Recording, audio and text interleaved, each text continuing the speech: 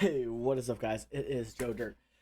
We have a wonderful opportunity here that we are sponsored by Raise Energy. If you click the link in the panel below that says Raise Energy, it's our affiliate link. Use the code Joe Dirt for 15% off. This is a cool opportunity for us because it will help us get kickback as well as get you a great product. My favorite is obviously Baja Lime. It is amazing. They do have several other flavors here as well, but if I would recommend, if you're looking for a canned energy drink, to get the variety pack 1 or 2 to give yourself a little bit of a different take. Also, these are sold at any GNC or vitamin shop across the US, so bearing that in mind as well. So that way, if you want to go down to your local GNC or vitamin shop or possible gas station, but it's better to go to a GNC, you guys can pick it up and try one for yourself. So they do offer the different cases here for different flavors, as well as they do offer a popcorn as well. So they offer a snack, and they also have different flavors as well. Peanut butter cup is great if you're looking for a healthy alternative snack, and if you enjoy popcorn. Also, they do have pre-workout, as well as they do have the different weight loss, muscle builders, as well as health and wellness. I do like their hypersleep.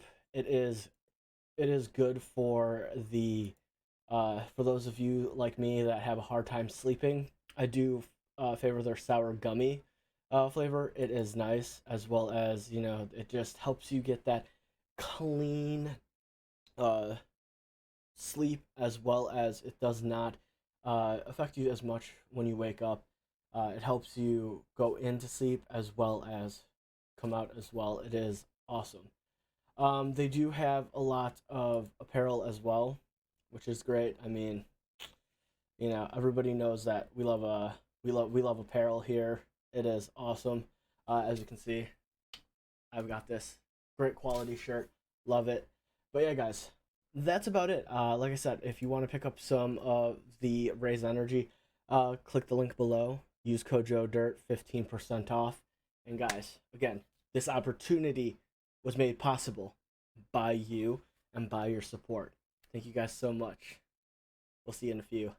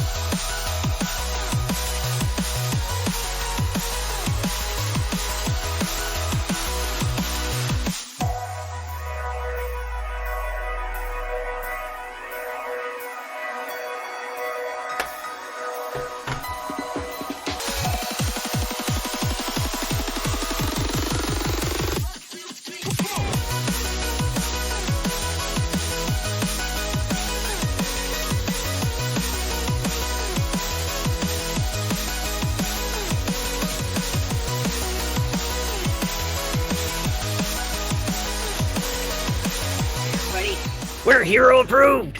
Look at this guy over here. This is Grudge Couch, where the players are guaranteed to be more intoxicated than their characters.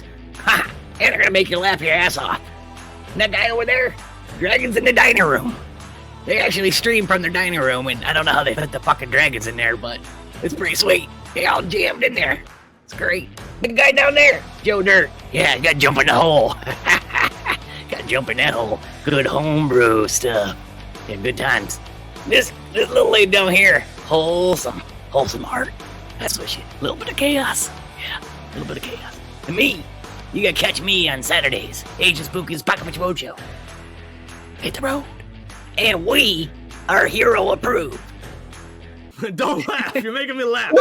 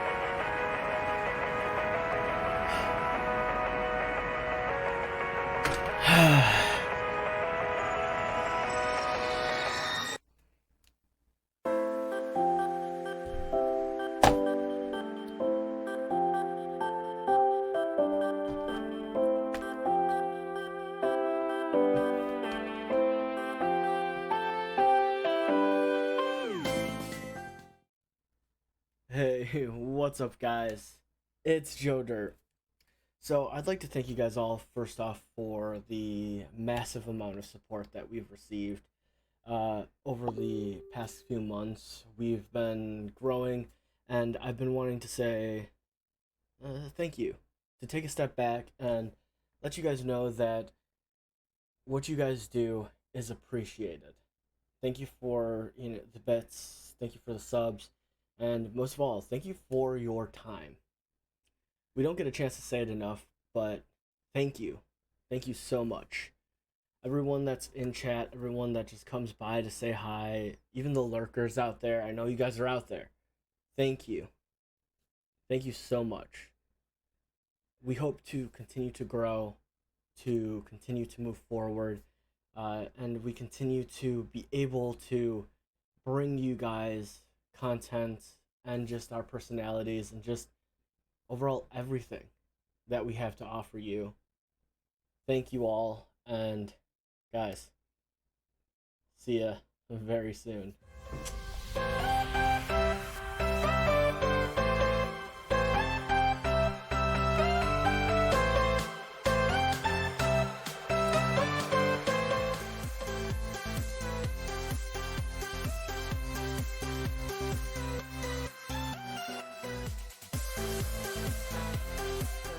I will do my best to make one. All right, we're here. 4 large egg. Oh my gosh. How do you condense milk? Good By day, good condensed Sunday, everybody.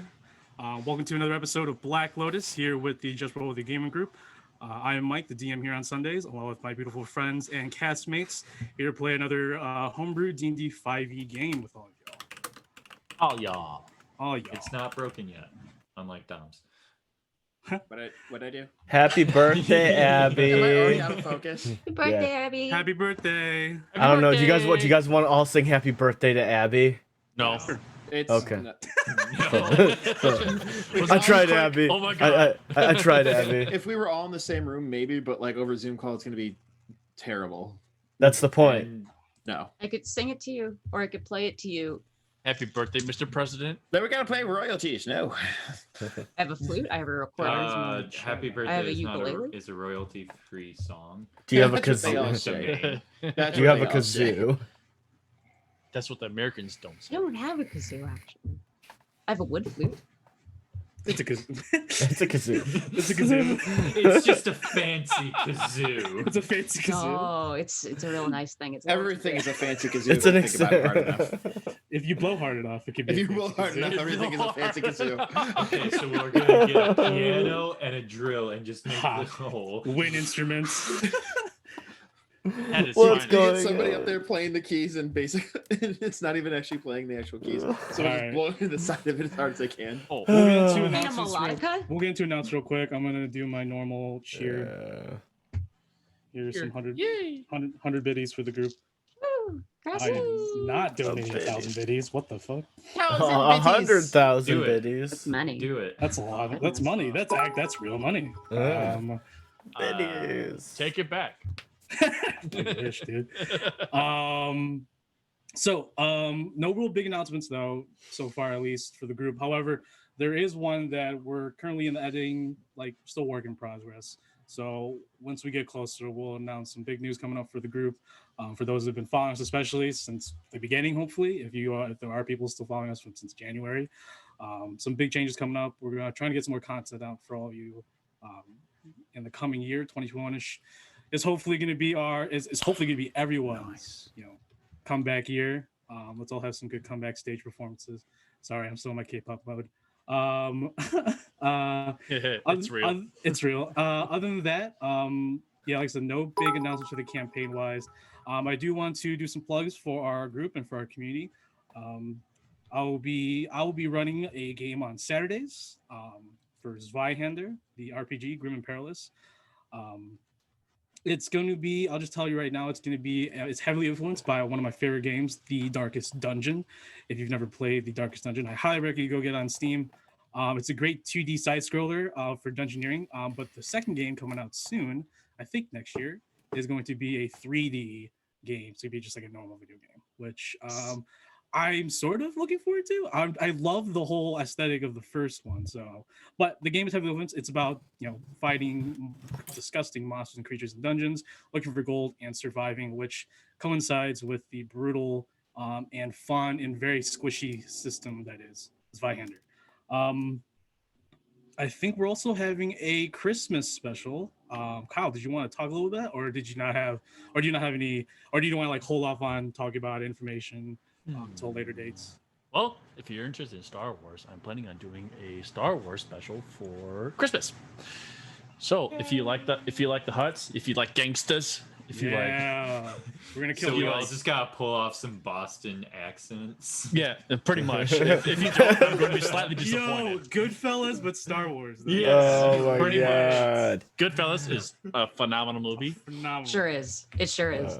So if you can pull it off, the accent, and everything, especially against the Hutts, Start working on it. then everyone gets bonus points for their new rerolls of characters for the extended campaign.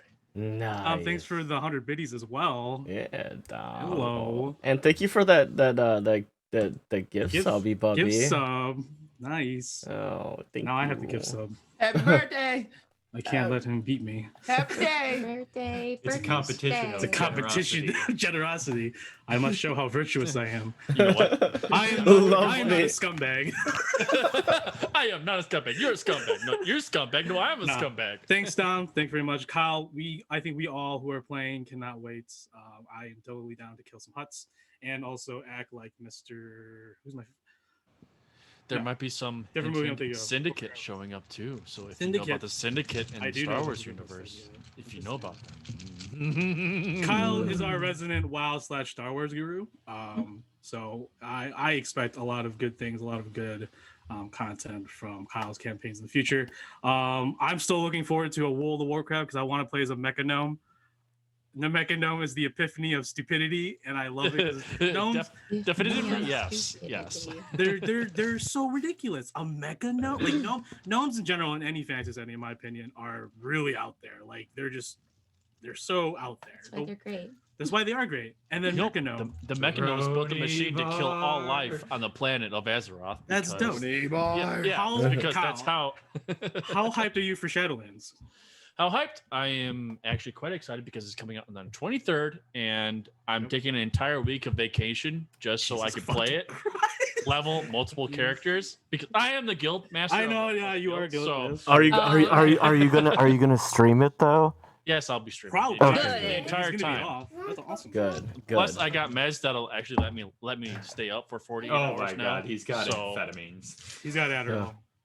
Oh god. Well, I'm Close looking enough. forward I to prefer it. World War II stimulus. I'm You looking meth? forward to it. You mean Yeah. what the Nazis used? but with chocolate. But in chocolate. But what the Actually, Nazis it's use. mixed with cocaine, and then What the it's Germans mixed with do. meth. Dude, and the- then it's it's mixed pretty with much all of Europe, Russia, the Switzerland. the Wehrmacht used a lot of that. Not just Finland used it. not just the SS, but the Wehrmacht, like the normal military a lot for of people used it. Thanks for I the World War mean- II history. No problem. I love that World War shit. II history. Yeah, sorry, we're gonna have a tangent. Yeah. There is nothing else to talk about, I don't think, unless anyone else has anything to plug. No. Mass Effect Trilogy getting Ooh. remastered for new, I want new a more. gens. I want a modern saw that. origin story. I want a modern origin story. Same. I mean, yeah, Same. but I know He was my personally love because interest. that's where my name comes from. He was my love No, interest. I'm thinking of Thane. I'm thinking of Thane. Yeah, because I say I wish he was. Morden, In a you know mod what? I he is. tried and In a he mod said there no. is. Oh, in a mod there is. If you- if you- Oh. There's a lot of mods where Oh, you can yeah. get more than and Solarians in general. Gotta look at those mods, girl. Cool. Yeah. Personally, Thanks. I'm going to play that because that's where my name comes from. Because Legion is the best sniper Oh, pet of the world. he is. It's Yeah. true. He is the I best do like the little Geth. sniper Geth. I in do like world. the Geth. I really do like the Geth Yeah. storyline, but I like the Quarians more just because it's sadder. I hate Um, how the Corians and I love them all. yeah. Yeah, but they They're fucked all up. of They them fucked are up. cool. You know? Yeah. They can only blame themselves. Anyways, Joe, There's would you no- like to talk about our stream team and our sponsor for our stream? Yeah, there's no D&D today, guys. We're just talking video. No, Just gonna talk about video games and anime. just kidding. First, That's it. yeah, 4 hours Yeah. straight. 4 hours. We could do it. That's not enough time. That's sadly. Yes, But guys, first I would like to start by saying thank you to Rin yesterday. She rated into us, and we met our New Year goal of hitting 300 followers. We are sitting at 301. So thank you for all the people that followed, stayed, chatted, and are here. I'm super excited. It means a lot to all of us on the channel to have the growth and appreciation of our peers around us. It does really mean a lot to every single one of us. So thank you all so much. But on to our faithful stream team. If you don't know what Hero Approved is a bunch of streamers and content creators that do YouTube, art, video games, as well as just build a positive space for people to game in, exist in, and feel comfortable about with themselves, and really bring together each other. So go check. Thank you, Lena, for popping that in the chat. If you have not followed them, please follow them, because each and every one of them brings a different element to our communities, and they are all just wonderful beings.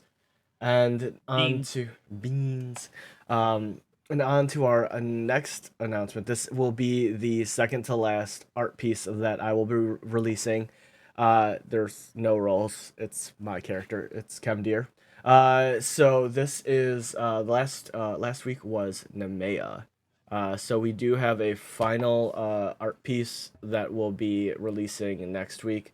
It is the last of the what I'm calling the Gen 1 set. There will be more released in the future, and depending on if we do have community art. If you have community art and or anything like that, we would love to showcase that as well. So let us do the Kemdir.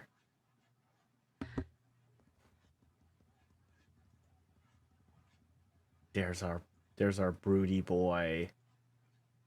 He's brooding. Waiting for stream to catch up. Yeah. But I wanted to stop the drum roll so that it just didn't. Very nice. He is very brooding. Very broody. Yeah, extremely brooding. He's got stuck brooding face, dude. That forehead, The resting is brooding. brooding along with the eyes and the mouth. Hashtag Yeah. resting brooding face. Resting brooding face. Oh my goodness, I love it. Yeah. It's super dope. Gorgeous. We added he added the blood magic element to it. It's how I how I imagined his, a lot of, when he's actually doing like the rituals and stuff like that. It's blood. I mean, Yeah. it's got to come from some. It's got to come from somewhere. So yeah, that's our boy. I'm so excited for Yes, all our of you to see beautiful the. baby boy. I'm excited for all of you to see the flown piece. It's gonna Yeah. be dope. It's gonna be fun. But other than that, I just will put him in the corner. But other than that, next week on the 17th, or Tasha's comes out on the 23rd, so look out for something towards the end of the month, as well as this. If you guys are interested in Assassin's Creed, I will be doing a full playthrough of Assassin's Creed Valhalla. So When's if it you coming guys out are- again? It's coming out this Tuesday. I totally debated myself last week, and I came home from work. I got all my things done on last Tuesday. I sat there. I was just like, all right, it's time. And then I look, because I have it pre-ordered. Freaking debated myself. I was like, it's not the 10th. Nope. That's not how time works. That's fine. But no, we will be doing that a playthrough on our channel as well, because we do a lot of gaming as well as tabletop RPGs. So look forward to that if you are unfortunately unable to, or a little on the fence about picking it up or doing anything like that, because this is one of my favorite historical time periods.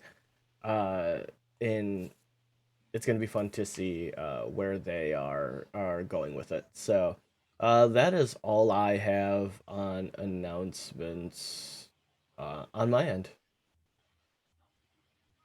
Cool. Awesome. Yeah. On land? lands? On lands? Inlands? Yeah. So expect a review from Tasha's Joe. You still doing that? Mm-hmm. You do a review for Tasha's. Where you get? No, it was Tasha's review, and then you were gonna play. I'm gonna be doing a playthrough of Assassin's Creed later in the month. I will be doing a depending on how the book is 200 pages long. I'll probably be doing like a 3-part series or 4-part series to do a breakdown of Tasha's, which I'm super excited. I'm going to be going over the lineage system, the class changes, as well as the general overview, and then looking at the race changes to like the kobolds and things like of that nature, because now finally I can play god dang kobold without in fear of like, the groveling mechanic, as well as, straight up not being effective in any way outside, like if I want to play it in an actual campaign.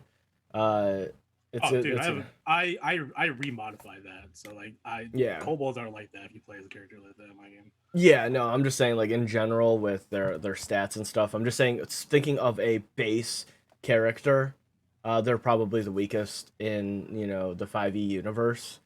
So how you play it. Well, literally they're the only class with a negative to any ability score. So it's statistically speaking. But if your RP is strong, I think we go agree that with the way it's going, having no negative modifiers is a good thing. Yeah. But I mean, I never saw it as a true negative. I've always saw it as just how you were built, like this creature to live through the world. Yeah. But hey, and I do like the lineage and ancestry system. So yeah, it's really cool that they're actually the Wizard of the Coast is doing that. Wait for Tasha's to get that updated ranger. Yes, that's what I will be going. I will be going over the different classes and stuff like that so badly. Yeah, no, they're getting. I will. It's Deft Explorer. I'll be going over that I'll be going over that in finer detail. I don't want to do it all in one, so it'll be a couple days of videos, and then I will be doing a review of Rime of the Frostmaiden. I've had a few people ask me to look into that, as well as potentially going back into older 5th edition books, and then maybe going into some other tabletop books and having guests on that specialize in different tabletops to talk about like maybe older editions, maybe Pathfinder, and things of that nature to expand the horizons. This will all be going on YouTube, so please follow us on, subscribe to us on YouTube. I will not be posting them to Twitch. It'll be on our Just Roll With It YouTube. It's in the link below with all the Just Roll With It. It has all our Twitters. It has all of our other links as well. So be sure to go check that out because I'm super excited about it, making it, setting it up, and getting the knowledge that I have out there, because I've been sitting on it. Oh yeah. That's all. Thank you. Thanks, Cheryl. Yeah. So keep on the lookout. It's been a year since we started this thing that we collaborated on, and we're looking to make some great strides next year, and in a couple coming months as well. We're gonna hopefully get some more stuff on our YouTube going. So as of right now, it's still everything's in the work in progress. Which with small time streamers and all of us have full time jobs. We have other things in our lives that we have to attend to and address. But it's great to know that at least for us and hopefully for you all that we are working and striving to dish out some more content that's enjoyable for us and for you as well. So keep a lookout for that. And anything else? Oh, I will put out one plug if no one else has any plugs they want to put out. I got another one that I just sure, thought of. yeah, go ahead. Because I'm personally going on the Liching hours for Viva La Dungeon on Tuesday for the very first time. He convinced me. After stream yesterday, he's like, "Oh, hey, have you ever been a part of Viva La I'm Dungeon?" surprised that I'm you like, actually "No." honestly have yet to join the Viva La Dungeon. It's just because I never watched it, so I didn't know what the play style was like. It's a dungeon crawl. You're It's, gonna Yeah. He it's, explained it's, it to me. I'm it's a like, straight dungeon crawl. It's a battle royale dungeon crawl, and it's Yeah. super fun. I figured that. Yeah, I honestly thought you would as be he on that. So I'm explained happy it to see that. me. I'm like, oh yeah, and also Sunamahara's going to be doing that. He hasn't done it in quite a long time as well. I'll be there as basically like the manager, kind of just helping out, keep bombs and whatnot. I'm usually on there just kind of just helping out and hanging out and causing chaos. So that's one does. on Tuesday night. Yeah, definitely check us out. They're probably treating the Liching. Lich is awesome. Great guy. Swell dude. Puts a lot of effort into his streams and with his community. Go check it out as part of the fam. My last plugin is K-pop related. Oh no! So Oh no! my There goes favorite- 4 hours. My favorite YG group right now, because I'm a big YG fan, but I'm a big multi-stan. For my K-pop homies out here, support and stand Treasure. They are YG's newest boy group. They had their latest release. It is super good. It's already at like 8 million views in the first 24 hours. So it is really good. Go check them out. Go stand them. Go check out the music video. Go and like support them. Rookie of the Year 2020. They better be, or I'm going to quit K-pop forever. Also, fight twice with their fourth win. Yay! I can't stop me. All right, that's it for my plugins on K-pop. I have so much to do for K-pop, but I'm not going to do that here. So let's go ahead and jump back into Anzoria and the Saga of Black Lotus. We'll go ahead and recap what happened last session as I turn my music on for myself. Got real messed up real fast. Okay. In the last episode of Black Lotus, we left off with Nemea or Black Lotus meandering, wandering.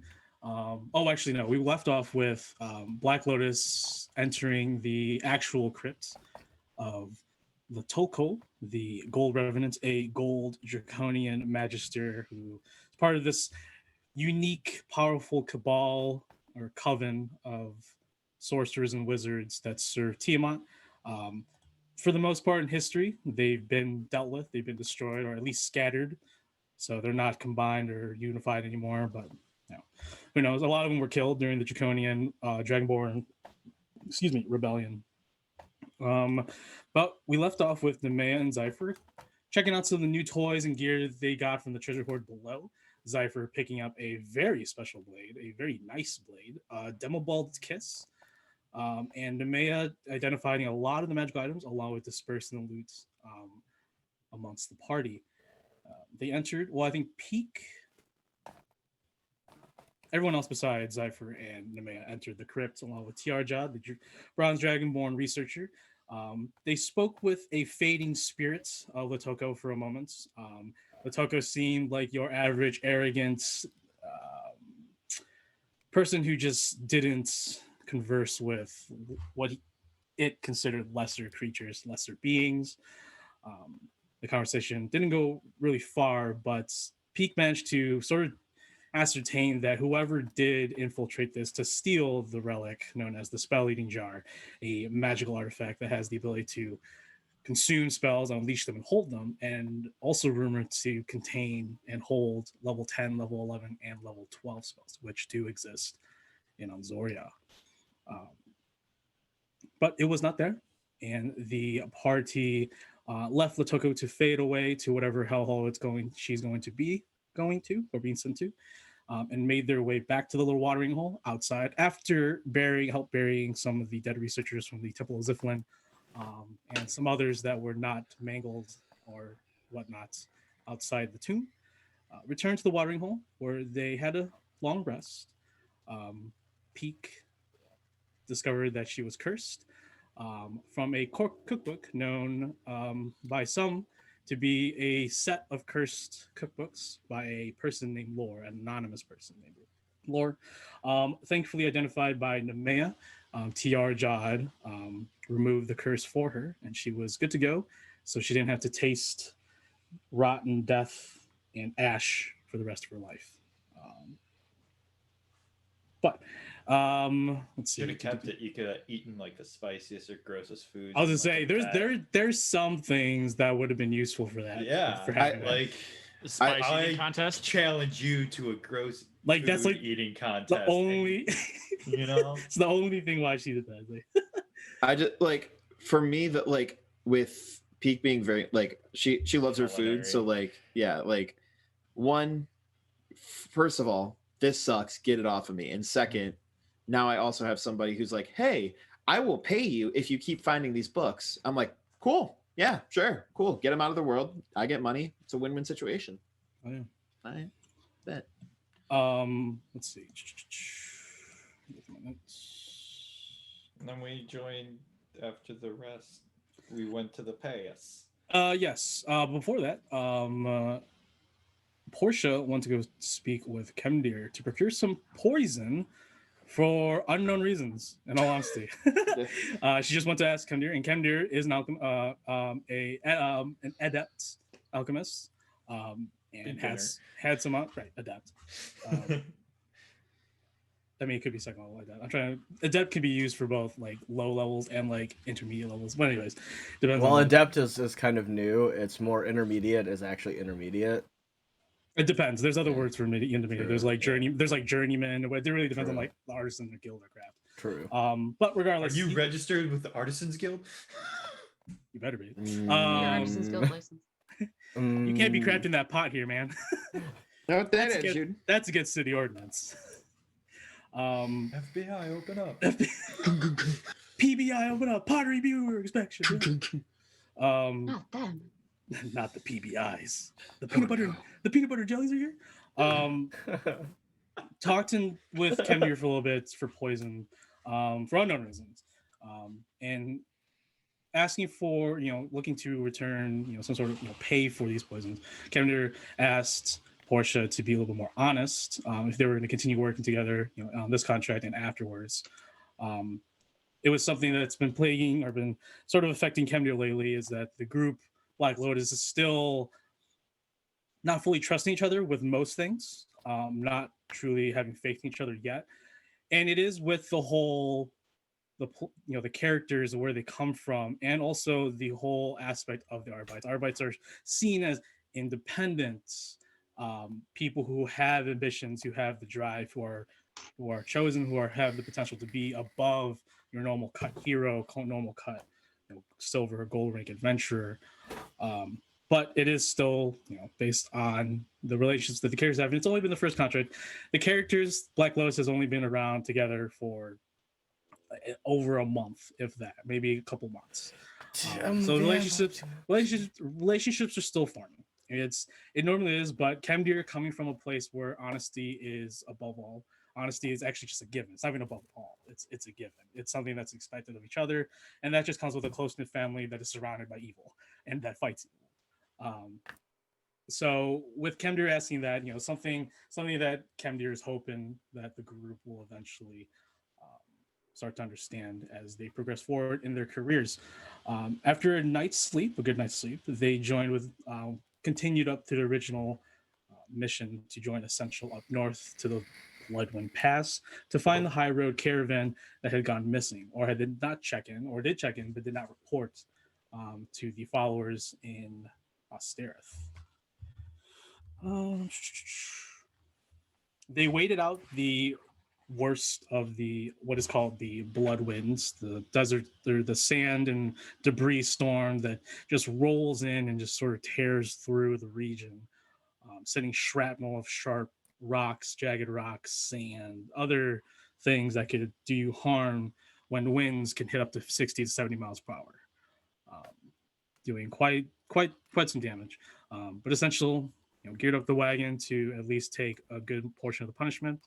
Advised Black Lotus to wear some more protective gear to cover their faces and their eyes, and he proceeded into the Bloodwind Pass after the worst of the storm had ended, making their way through the pass, making their way downtown.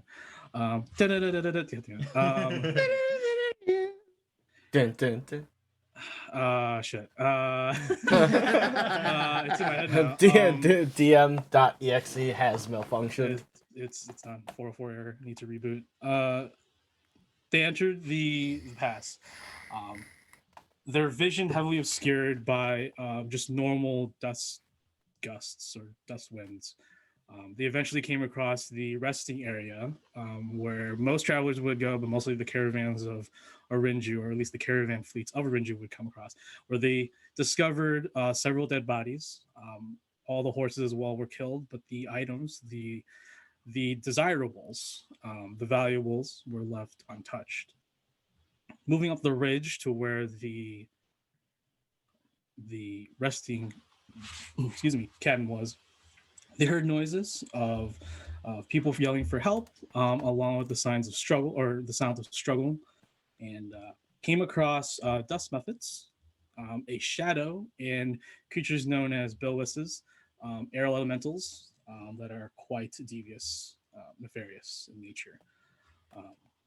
Eliminating them, they rescued one of the leaders of the High Road Caravan, a dark green scale dragonborn by the name of Zeldul the Silent, who recognized Essential and thanked Essential and Black Lotus for coming to find them and save them. But they needed to go and find their leader, his other two leaders, Dello and Meru, who is the actual leader of the caravan.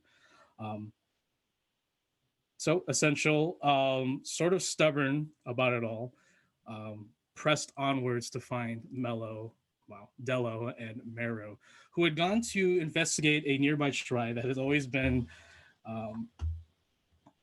off limits, per se. Many people who travel through the Bloodwind Pass, especially the caravan fleets of Orinju, have warned everybody to stay away from it. It's just, you don't go messing around with ancient shrines and evils unless you're looking for trouble, sort of thing. The caravans are very pragmatic type people, superstitious as well, but also they don't see the point in messing with these kind of stuff when there's trading to be had or there's places to be. But Dello is an Adandrashi, which is a desert elf in my world, that come from the southern continents of Roseus. She was a spiritual shaman for one of the tribes in the nation. And so having that kind of personality, that kind of mentality in digging into the past and uncovering and understanding the past, magic and stuff like that, she was sort of drawn to it, at least from what Zeldil had told the party. And Meru, who is the leader, but also Dello's lover, went with her as well to protect her and to see what she could find. As they made their way towards the shrine, they found the body of Meru, still alive, but barely clinging to life. Looming over her body was this ripped, spiritual, shredded entity, the shadowy entity, which both Nemea and Kemdir both knew to be an Aelith. Undead creatures. They are creatures formed from when people discover great knowledge that their minds and souls cannot comprehend, and it changes them. It destroys their body and binds their soul into make this creature to serve the dark knowledge or entity that they were trying to understand. the Aelip flew and retreated back up the mountain towards the shrine, and after healing handsing, wow, should not say that. After bestowing healing hands on Meru to heal some of the vitality that she had lost, she immediately freaked out and was wondering what happened to Dello, and was forcing herself to make her way up the mound, which Essential denied, told her that he would take care of it along with his companions, Black Lotus. And as they made their way up the mound to the shrine, where they witnessed a very ancient, a shrine, an architecture they don't normally see in today's DS. And this obsidian circle with a pedestal, large 25-foot statues, humanoid, with serpent-like helms, not heads. They looks like a helmet. Think of like a blend if like Egyptian helms, but it has the snake on the front instead of like a face. Sort of what I was trying to get with the architecture or the design of the statues. They saw the Aelip cast its hand over a peerless looking black plate that eventually eroded into dust, and bestowing part of its undead life force into this ritual circle, summoned what was now proven to be a tomb of sorts, or a holding cell, for a ancient Bone Naga. Now, I'll just give a little tidbit for those watching, for those playing here, Black Lotus.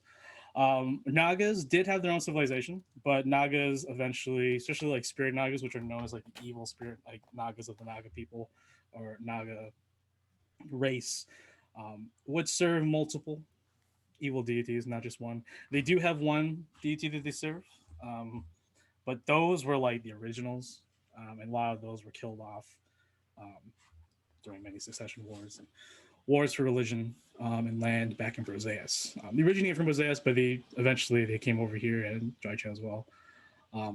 But it said that it was starting. As it was summoned, it looked at Black Lotus, demanding servitude and fealty, as if it was expecting creatures of any race, any mortal race, to just completely be subservient to them, and wondering if Ayuz was still around, if Ayuz was still here. But most of the party would know that Ayuz was defeated not once but twice on his road to being a god. He died a demigod. He did become a god for a little bit, but he was born a demigod to begin with. I am using the original story from Greyhawk, that he is the son of Grazit, the archdemon, and whose father was Grazit and mother was Igel. She's one of the greatest witches in D&D lore. I can't remember her name. Igeliv. I think it starts with the I, but regardless, her mother is Baba Yaga, so that's also one thing as well. But anyways, claiming that Black Lotus should just swear fealty and serve. Black Lotus completely stunned at what this creature was asking. Being told to serve is not something these people are used to hearing, and seeing the situation was Shove it up your butt. Seeing the situation, that these mortals would not even listen to the ancient Bone Naga. The ancient Bone Naga decided that it would just take its souls and its loots and find servants and slaves elsewhere now that it was free from its bindings. So we left off with combat. We are in the middle of an encounter. And I just want to remind Peak that Moon Cat did bestow a portent on you. You do have advantage for one advantage roll. Yep. Yeah. Ooh, cool. All right. So, just to make things up, so I'll transfer everyone to the map. Kennedy, you're still flying 20 feet in the air. Yeah. Okay. Now, these ridges are 10 feet high. So, just for people's sake, every ledge, every ridge right here is 10 foot up. Okay. Yeah. Just for reference. All right. And I can't wait. I'm trying to reconfigure everyone's little pieces here on the board. I've done zoom ins on everybody as much as I can, without being too pixelized. Yeah, I'll probably redo Portia's a little bit. I can get hers a little bit bigger. That's Yeah, cool. Maybe got one for Essential too. His chest is even bigger now. Excellent. It's super big. I mean, Yeah, it I rest is. my head on that. Jesus Christ. I know so he yeah. is. We let's see, initial order. So Portia, you gave your initiative to Peak. So Peak starting off with Cypher, enemies. I don't think she did. I think she rolled a one. The last that was last time. Yeah. Oh, it was before that. Okay, But so Peak, you we got re-rolled and then Peak was just first. Okay, for sure. Okay, yeah, you're right. Yeah. Yeah. All right. So regardless, we have Peak, Cypher, enemies, Essential, Kemnir, and Portia. Yeah, I think that's it. I don't think there's any other information that you need right now. So we'll just go ahead and get into it. So Peak, you are up first, my boy, my girl. Yeah. My man, my girl, my it. You're just yeah. Bink. You're non-binary actually. I think Peak's just not binary. Yeah.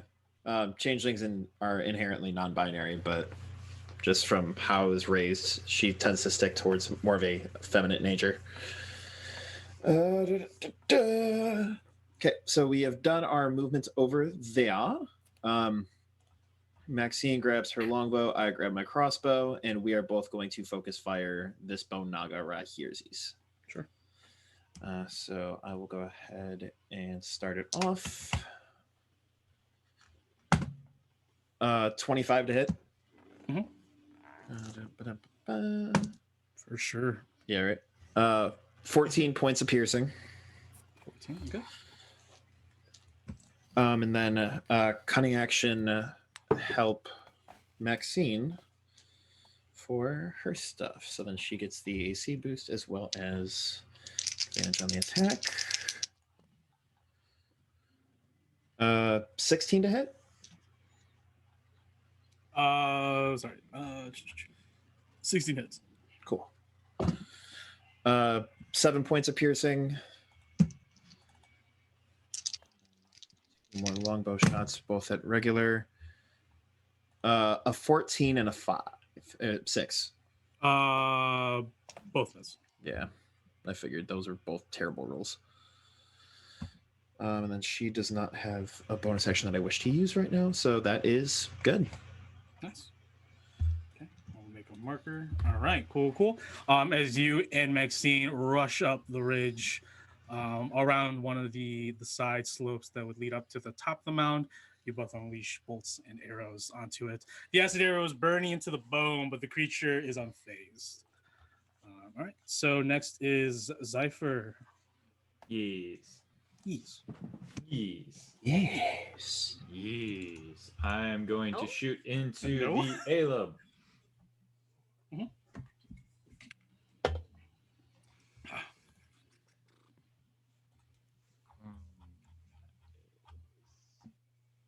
That is a 16 to hit. Does it hit? It hits. Correct. It hits. Yeah. What are you doing? The cool thing of your crossbow? What are you doing? Radiant or? Of course. Okay. So you get that advantage. to get that advantage for sure. No, it's for everyone else. Right. But that's right. It's for everyone. Yeah. For what now? So it. Oh, right. 1d6 of piercing first. My bad. Would the radiant work like guiding bolt kind of thing? It sort of does. Okay. 6 points of piercing. 6 points of piercing. Okay. And then 5 points of radiant. Okay. And then second arrow. That is 14 plus 7. That hits. And the damage is max damage. 10 points of piercing. Nice. Cool. And you did radiant, right? So yes. So who is it? Just everyone? It's everybody. Next attack on it. Okay, for sure. Before my next turn. Sure. So So next attack. What does your radiant crossbow shot look like as it guides like people's? It basically the bow itself kind of glows with whatever energy and infuses the arrow as the arrow just kind of almost like a laser bolt of that color. Okay. So just it's like Star Wars laser style. So you of miss the arrow. You just No, specify because I'm was not a Rebel or stormtrooper. Star Trooper. didn't Blasters specify. miss a lot no matter who you are. I'm a clone trooper, so they're Okay, so you Their only hit about accuracy. You're not the 25% of the So time instead you're of not 10% definitely of the not. time. definitely. You're Yeah. definitely not the 501st. No, I'm just Definitely not. kidding. I actually like the commando ones. Those I forgot Fact. They're the closest that are the, That- the purple Boba Fett. guys. Yeah, that the have purple chain ones. guns. Yeah, that legion's Yeah. awesome. All right. Anything else, Cypher?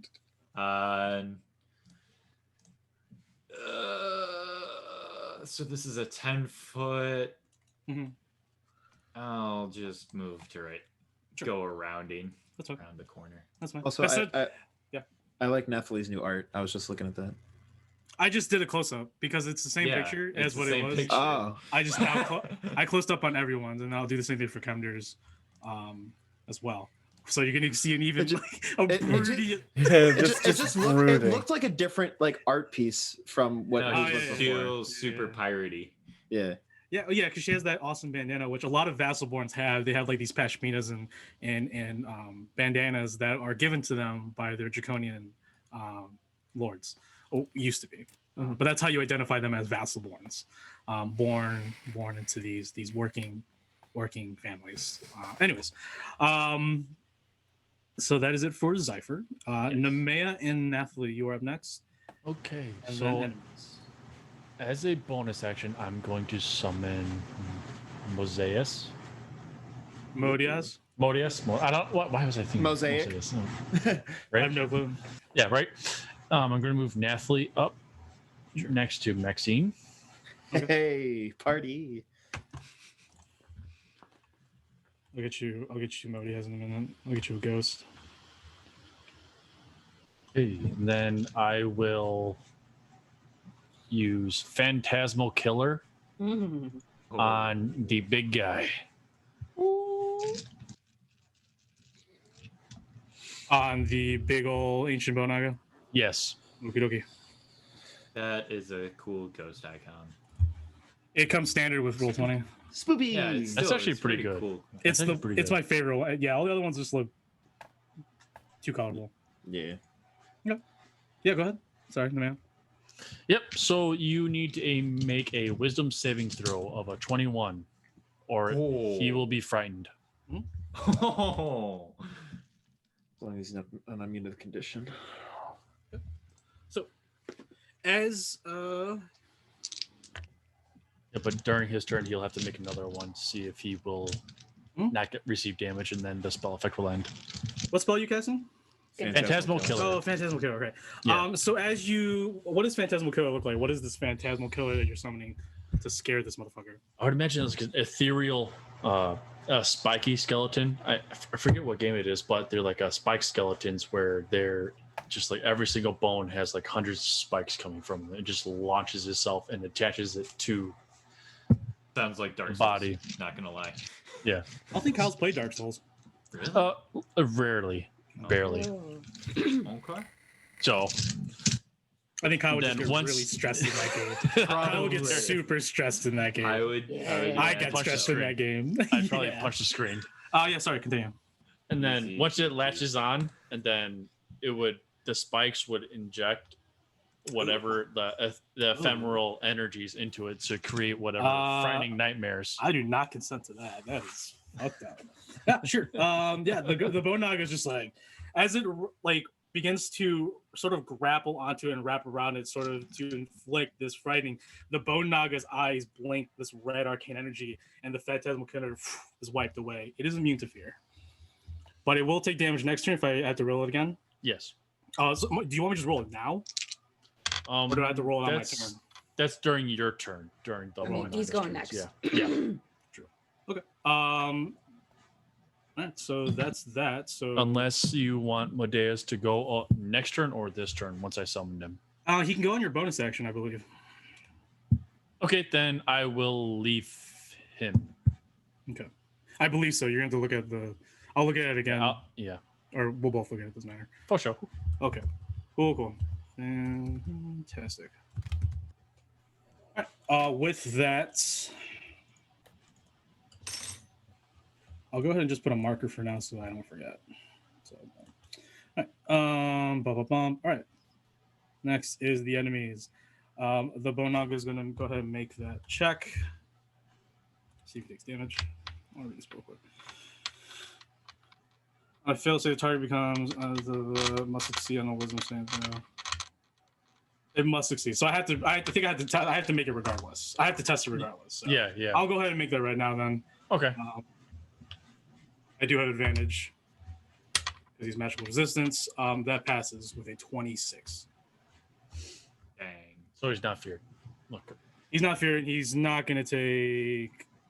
Yeah. Oh, that's a separate. That's separate. You get to choose. So you chose fear. Gotcha. No, it's not chosen. The first one is once I cast it, then he gets feared, but he will not be able to approach me. And then during his turn, and then at the end of his turn, then he has to make it again so that he doesn't receive it's a concentration spell. I'm sorry. Yeah. I forgot that it's a concentration spell, so I had to do that if I attack. Got you. Cool. All right. The Ancient Bonaga is just like interesting. All right. The Ancient Bonaga is going to go ahead and run. No. Run. Thank you. The Ancient Bonaga sort of stands straighter as it's still coiled, looks up into the sky, and the storm's gone. But it blinks its arcane eyes within its hollowed eye sockets, and the red dust storm begins to gather once more and builds in a very rapid motion, and it begins to build around and eventually onto everyone here. As it happens, the Bonaga and both the Ancient Bonaga and both Bonagas begin to burrow underground. And freaking tastic. And with that, a massive storm arrives.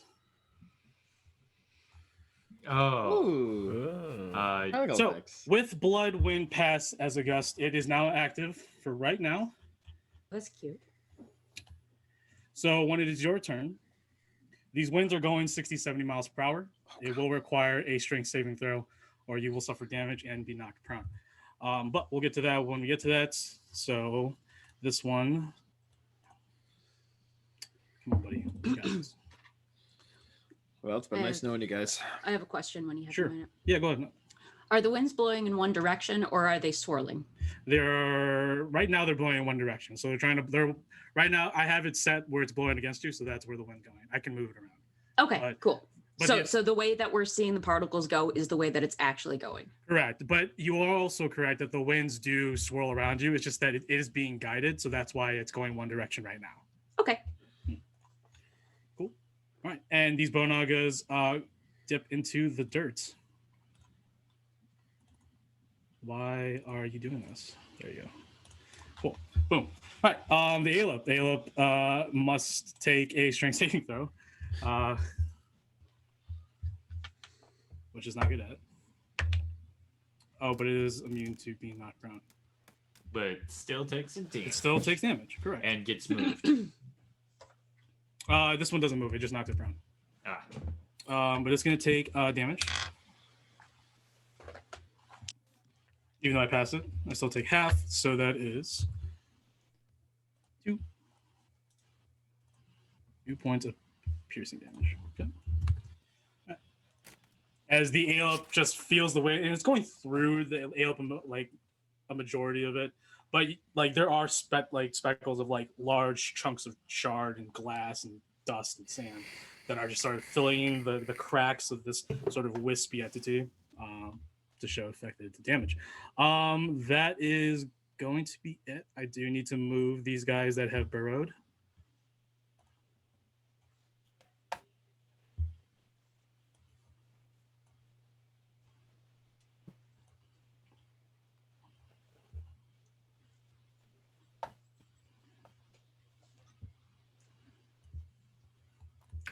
And I will say, because it is burrowed, it cannot do its legendary actions because the legendary actions require it to be not burrowed. So, gotcha.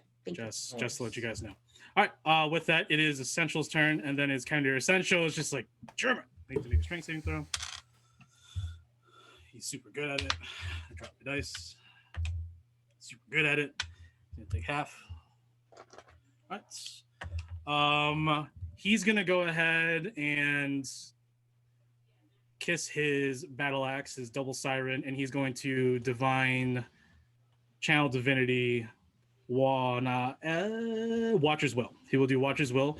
So for the next minute, everyone has advantage on intelligence, wisdom, and charisma saving throws. Nice. For the next minute. As Essential yells out, though we can't see the creature, I will bestow upon us defenses in case these things are known to charm and distract you in battle.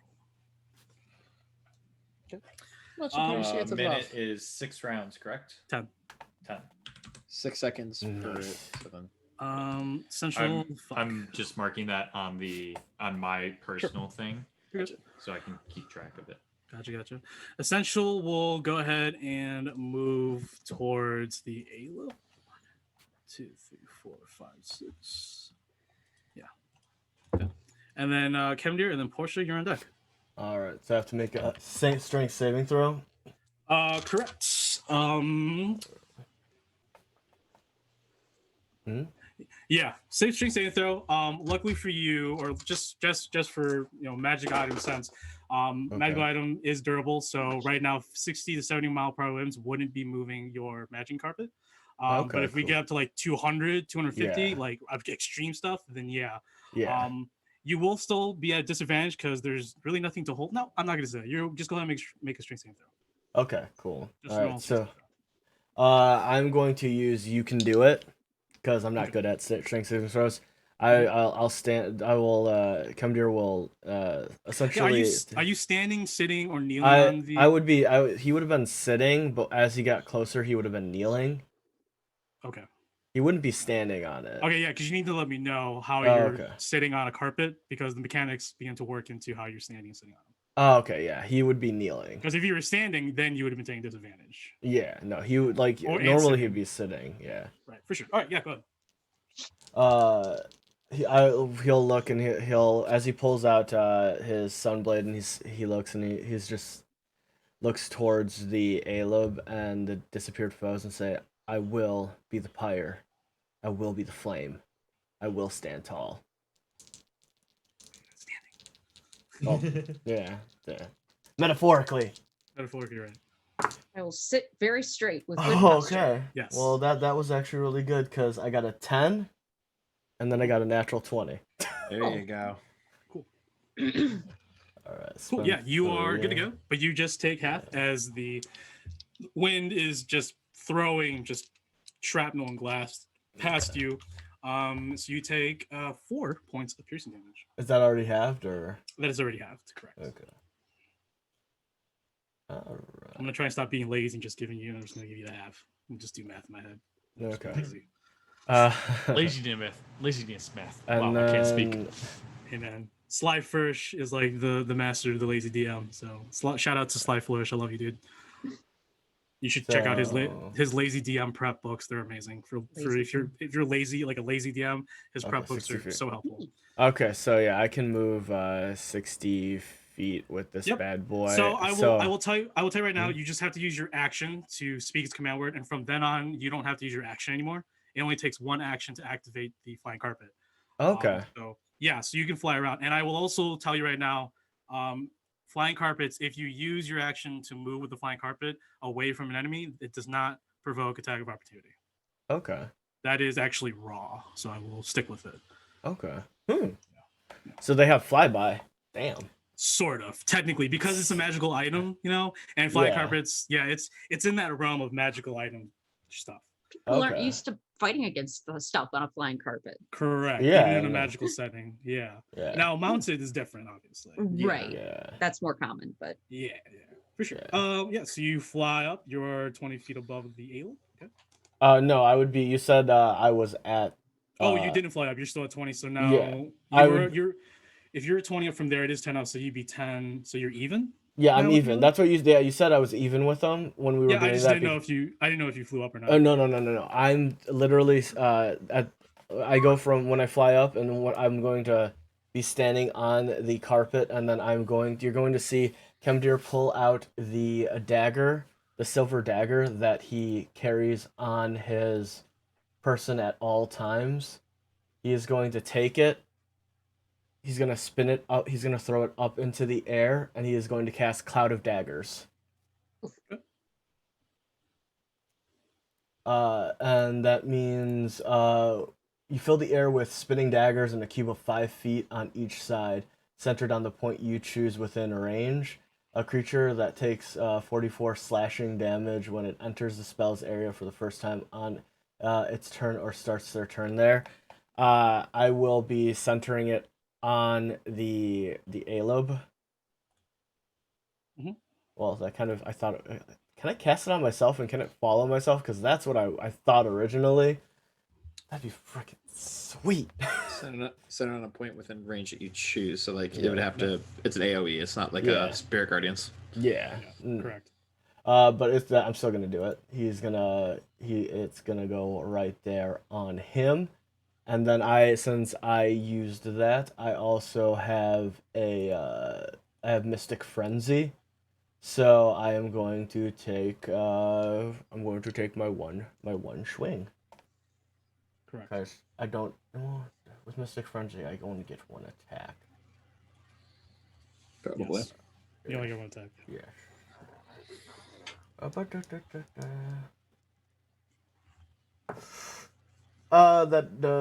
probably does not hit.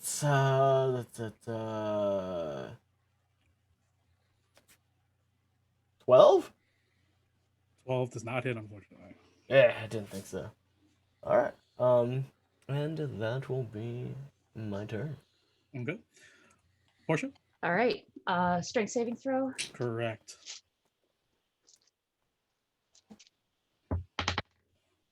19. You're good to go. You just take half damage, unfortunately. So you're going to take 2 points of piercing damage. Cool. So the wind is blowing from northeast.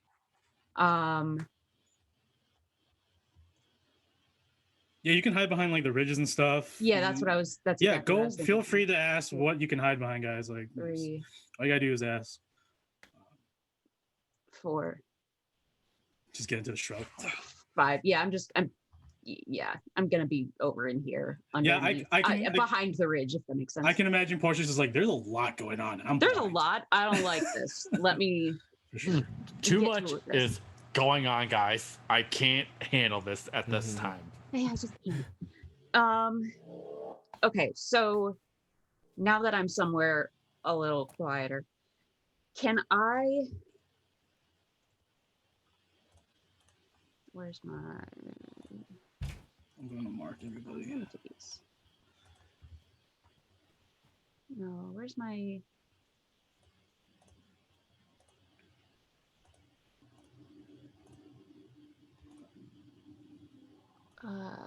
It's notes. Notes? Yeah. I'm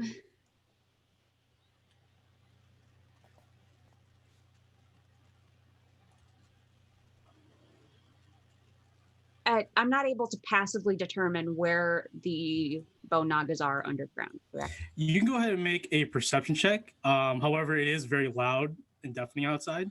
Okay. It will be a disadvantage. What if I use blindsight as an action as part of my blind advocacy? Then it would be normal. Okay. So let me do that then. So I can do that. I can Oh wait. blindsight out to a range of 30 feet. Damn. 30 feet. Kimder should have had advantage on the Halo. 20. That's only for melee attacks though, not for spell attacks. I don't think. No, I did a melee for attack. his melee attack. He should have had advantage, but already. Sorry, what was that, Portia? 20. 20? All right. 30, 20. 30, 20. So, as you from 30 feet out, is it 30 feet as a circle, like a sphere, or is it 30 feet just like flat? You gain blind sight out to a range of 30 feet for 1 round. Okay, I'll say that That's what it says. I'll say that you can go 15 feet below ground because you don't have tremor sense. So that makes sense. You can't tell where the other 2 bone nagas are, but you can definitely feel the large ancient naga, and it's like right around here. Right around here. Okay.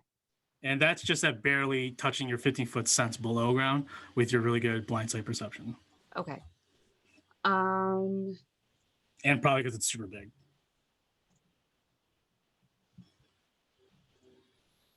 These do not leave tunnels behind like Umber Hulks, by the way, y'all. Good to know.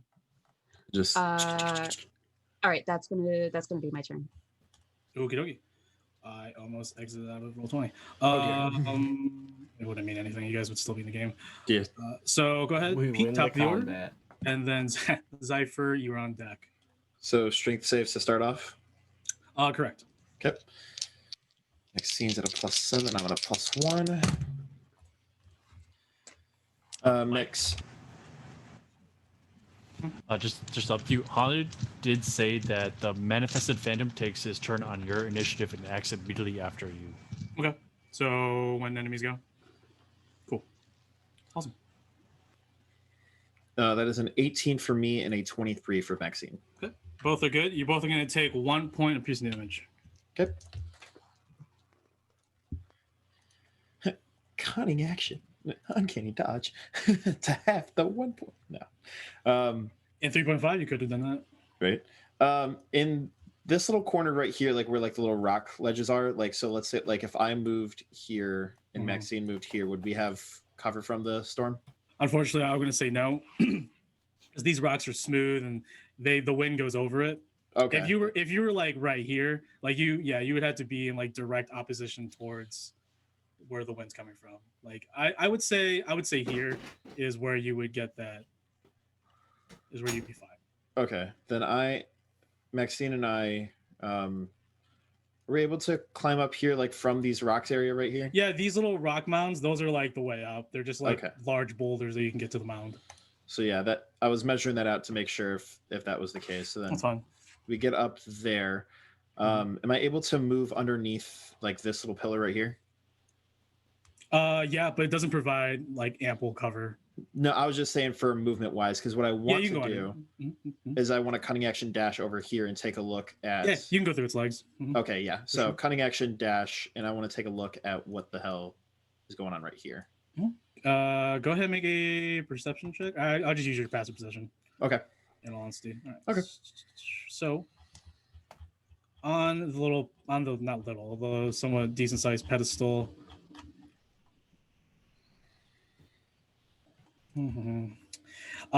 It is in Draconic.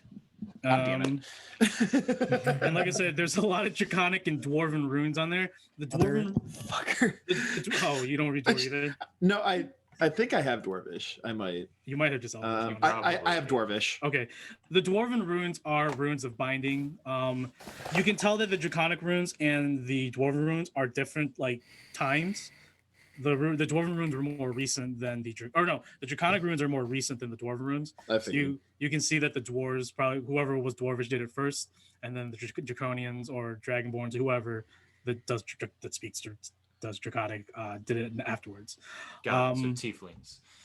Yeah, sure. Tieflings, a lot of them speak Draconic. They live right next to each other. Yeah, it's fucking taking Draconic all those goddamn fucking months. God damn it. It's unfortunately in Draconic and Dwarven, but Dwarven isn't much. The real big stuff is in Draconic, so you can't read that. Since they are like magical, I assume I can't like scrape them off or something like that. No. Like, so these glyphs, they're carved into it, but they create this magical glow. But you can still like trace if you want. Like, I will say that it will be quite difficult under the weather conditions. Yeah, you might lose some of your drawing supplies. So what I'm trying to do is basically like tamper with the Draconic glyphs in order to make them like not function the way they're supposed to. How do you want that make sense? Yeah, how do you want to do that? What do I have? I have a crowbar. I think I just want to just fucking just shank into the stone. And you want to chisel with a crowbar? Yeah. Well, because I don't really have like crafting stuff. Like the closest thing I have is cartography tools, but that's not going to help. Sure. It's either that or I full on Rapunzel this and pull out a fucking frying pan and just. Let me ask you this: are you simply just trying to make something happen while hitting the runes? Is that like your attempt is to like hopefully I can hit something to trigger something? I'm trying to tamper with the Draconic ones in order. Oh, I see. You're trying to scrape it or whatever. Yeah, I'm trying to like chip away the stone or something. Go ahead and make a strength check or a strength test. And I will use the Mooncat's advantage on this roll. Sure. Huh. I wonder why. Okay, good thing I did because the first one was a 7, the second one was a 19. Plus strength is flat. Yeah. So it goes 19. around the entire pedestal. So you do just scrape the crap out of the rock onto the pedestal or off the pedestal. And you look back from like the jarring winds around you. Don't see any of these Nagas pop out anywhere. But like I said, you only scrape like one side of the pedestal. There's 4 Yeah. sides. Yeah. So, but I mean, yeah, it's completely disfigured. Like you have ruined a piece of history. Well, because like if I see the dwarven binding ruins and like with how much draconic stuff I'm not saying what you're doing is right or wrong. I'm just describing what you just did. Yeah. Fuck history, right? It was clearly wrong. Fuck history, right? Well, I mean, it's only been like 6 seconds, so like. There's still 3 other fucking sides. Calm down, boys. Right, exactly. There's still 3 other sides that he can fuck with. Or 3 more sides that you can desecrate with your crowbar. Sure. I have time. Anything else, Pete? And I assume that was my action, or did 2? Yeah, that was your action. I figured as much. That was acceptable. If you were hastily trying to get rid of some of the iconography. Yeah. And then Maxine will just action dash to bunk. Come over to me. All right. Go ahead, Cypher.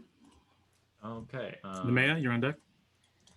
Can I move to like right there and clutch onto the? Yeah, for sure. Okay. You just like, as long as you're behind, like I said, it's 10 feet, so like you have quite the space to get away from the beast. So you don't have to and then I still have to make the strength saving throw, or no?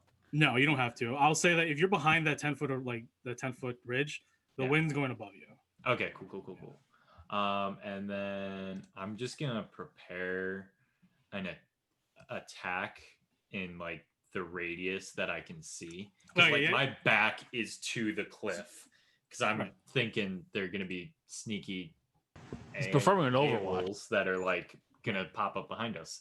I got you. You're gonna go in Overwatch for sure. Yeah. With a melee attack, you're gonna prepare. No, ranged. With your bow. Okay, for sure. Yeah. Awesome. All right, you are. So I don't know where they're gonna be, so I'm like, right. Well, I feel you. All right, Nemea. Okay, so I'm going to move. I need you and Nathalie first to make tests, though. Oh. Yep. Nathalie will be a 24. Mm-hmm. And then Nemea is going to be a 15. You both take 1 point up your sneak. Oh. It stings. All right, then. It's in my eye. It's in my orifices. Yeah. All of them. All of them. I'll move everyone up by Nathalie, and Nemea will prepare Eldritch Blast as an Overwatch for any enemies that appear. Yes, you heard me correctly. No, it technically is Overwatch for range. Actually, it's just I feel you. Anyways, I feel you. Cool. We're just all it's all Overwatch. You're going to hold Nemea will. Yeah, with Eldritch Blast. You have to pick. You have to choose. You have to make like. It will be the one that was damaged prior, one of the Naga skeletons. So you're designating. You're not designating any. You're just designating that Naga. Yes. Okay, for sure. All right. Yep. Holding action for that. What is Nathalie doing? Same thing. Nathalie, she will be preparing a melee attack. Right. Because she can't do anything else. I just see like Maxine just like, you don't have a bow, huh, sweetheart? I hand her a pistol. Yeah. Right, for sure. All right. So you both rating actions. Is Nathalie just rating her sword against any near creature that like appears? Okay. Yes. Okay. All right. Enemies is essential. So, Nemea, go ahead and make your Eldritch Blast as the Bow Naga appears in front of you, the one that was damaged beforehand. No. I mean, yes. Yeah. Wait. I will obviously make both of them on it. Mm-hmm. Of course. Can you do both as a prepared? It's one spell, 2 in 1. Yeah, okay. It just summons. Yeah. Okay. Mm-hmm. Unlike melee attacks, just because I know I'm only going to get one shot off. Correct. The first one is a 15. Second one is a 24. So yep, both hit. All right. First one damage is 14. Second damage, 6. Minimal damage. 14 and 6. Damage is still damage. 14 and 6. Okay. It's looking pretty rough, I think. I'm going to see what Medea's has for spells real quick.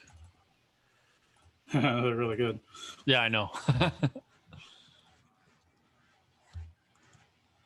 So it is now the Bonaga in front of Unimea is bloodied. Good. All right. Another Bonaga will appear by Nathalie. And then the big honky one appears right next to you, Zypher.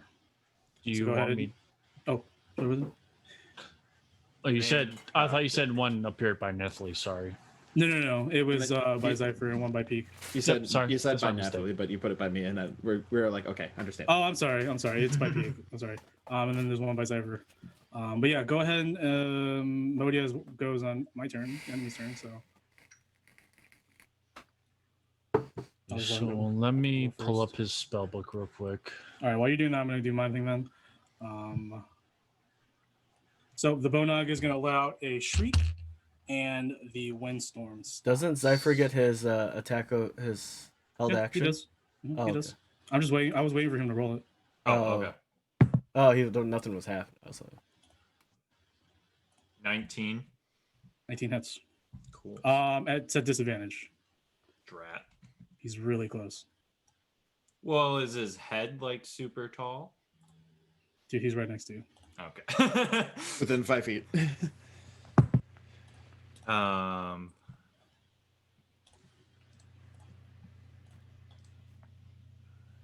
Is his head super far away? 12. 12 does not hit. As the sudden appearance of the Bonaga, the ancient Bonaga, catches you off guard. And the bow. As the bow goes up above the ridge, it sort of gets taken by the wind, and then the storm ends. So I'll just say that. Fantastic. You big mother trucker. All right. Did you have your plan, Kyle? Or He will actually cast Cone of Cold on the one that's facing on the you? large one. On the large one. What's the cone distance? 60-foot range. From Medea's to... Is that everybody in the cone range? That's a good question. It's kind of cool. I can take it. Well, unless Yeah. Medea's can move, and then so that no one will be in range. Well, like, what move is 5 foot 5 foot forward, and then Well, does it say that he can? I'm pretty sure does it say he just does his turn on my turn? yeah, he does all of his actions. Like he moves, and then he will cast. I mean, you got if you have the movement to maneuver him around to not hit anybody. Yeah, that's what I'm going to do. Sure, for sure.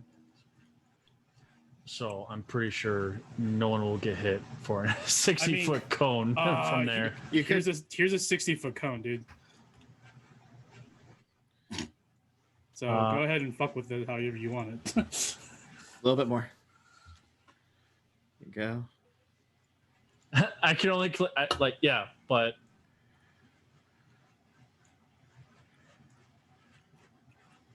There you go. Where he's already at. That's fine. That's fine. Go back up. Yeah. That's fine. You can just leave him where he's at right there, and that's fine. You yeah, can so hit. look at it. Yeah. It's fine. It hits. It just hits the. I would just say just hits the bone on because we'll go ahead. So it's cone of cold. So I have to make a dex save. Yes, sir. And I have resistance to cold. It's fine. You're not getting it. I know. But That's gonna be a 22. Yep, that passes. So you take 48. 6 level higher. Okay. So that's 5.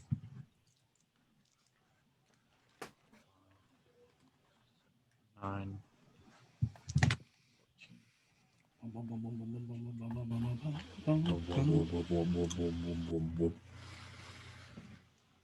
You will take 12 total damage. Where's the knowledge? Cool. As the cold of cone creates this massive path of ice shards and just frozen stuff. It creates this path as cone, and it freezes a thin layer over the sand, but eventually it melts as it hits the side of the bone naga and goes up, doing some damage as it solidifies and some chunks of it breaks off. All right, so I took 12, you said? Yes, sir. Okay. Anything else? Oh, that's nope, that would be all. That's all of Mo Diaz. So I gotta do math. That is math. Okay. Nice. Good damage. All right. It's a fucking cold. So enemy smiling. So this bona right here is going to wrap around you, Nemea, and constrict you. So it needs to hit you first. No. A 22 will hit for sure.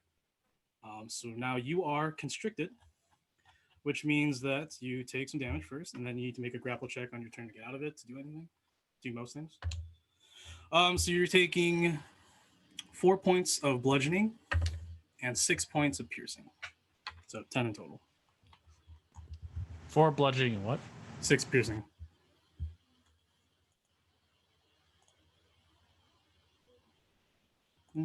Okay. Bonaga over here. Bonaga will also constrict you, Peak. He's going to hit you. That will hit. So you will be taking 5 points of bludgeoning and 1 point of piercing, so 6. Quick question for the DM. Yeah, what's up? Would Nathalie be in range for the counter attack for the binding? She would have to be right here when it initially hit. Because technically he would be here right now. Yeah. But I'm gonna rule it is if she was right here, I would have said yes for the parry or for the bodyguard, whatever, for her ability. But since she was 5 away from the creature when it started, I'm saying no. Oh, not for the bodyguard ability, but for the attack, because she was preparing an attack for anything that came within 5 feet of her. Yeah, I'll go say yeah. That's fine. Okay. So I'll make her 2 attacks real quick. First one will be 21. Second one, that's 6. First one hits. For 9 damage. Slashing. Cool.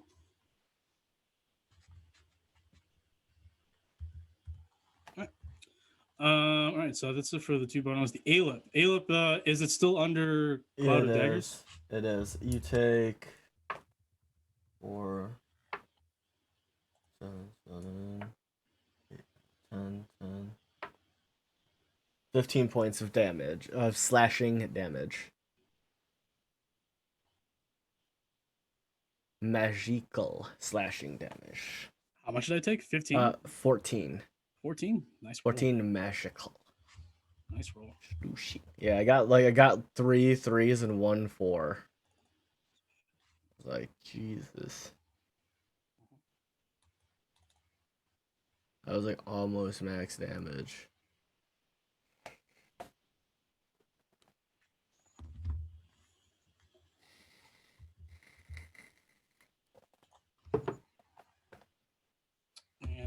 Okay. All right. That's there. All right. So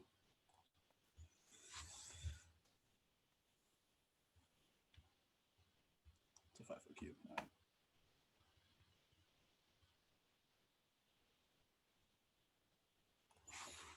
All right. Okay. Moving on to the Aelip. Aelip's gonna go over here. Do I get an attack of opportunity? Yes, you do. Go ahead.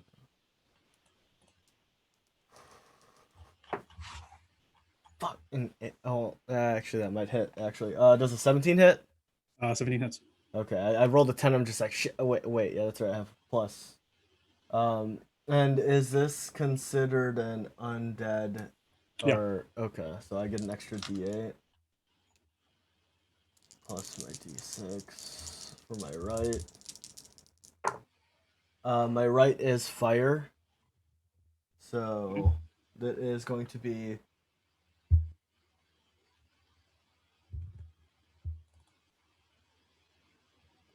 14 radiant, and then 6 fire from my right.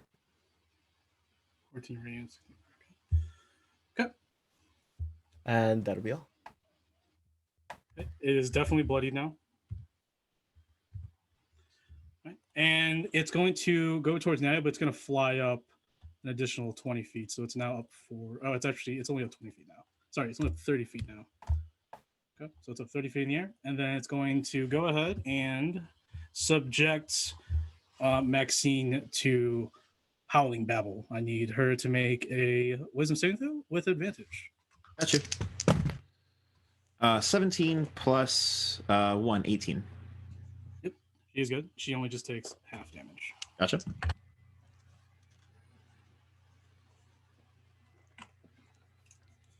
That is going to be a 2 points of psychic damage. Gotcha. As it looks down, looming over Maxine, and these dissonant, terrible, just evil words begin to fill her ears, but she shrugs them off. And she's like, I'm from the Feywild, bitch. I see this shit every day. All right, Bo Naga. Bo Naga is going to go ahead and... Bo Naga. How much damage is this going to do?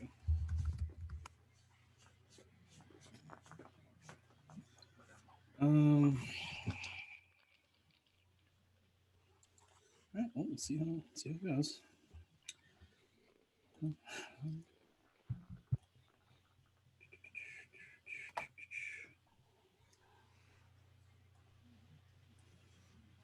Oh god. No, Jesus. No.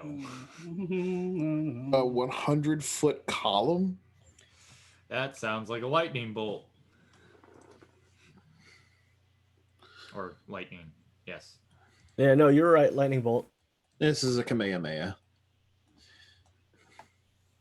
I remember when my first character as a sorcerer got that, and I'm like, ha ha ha ha ha, because we went into a dungeon with very long, narrow corridors.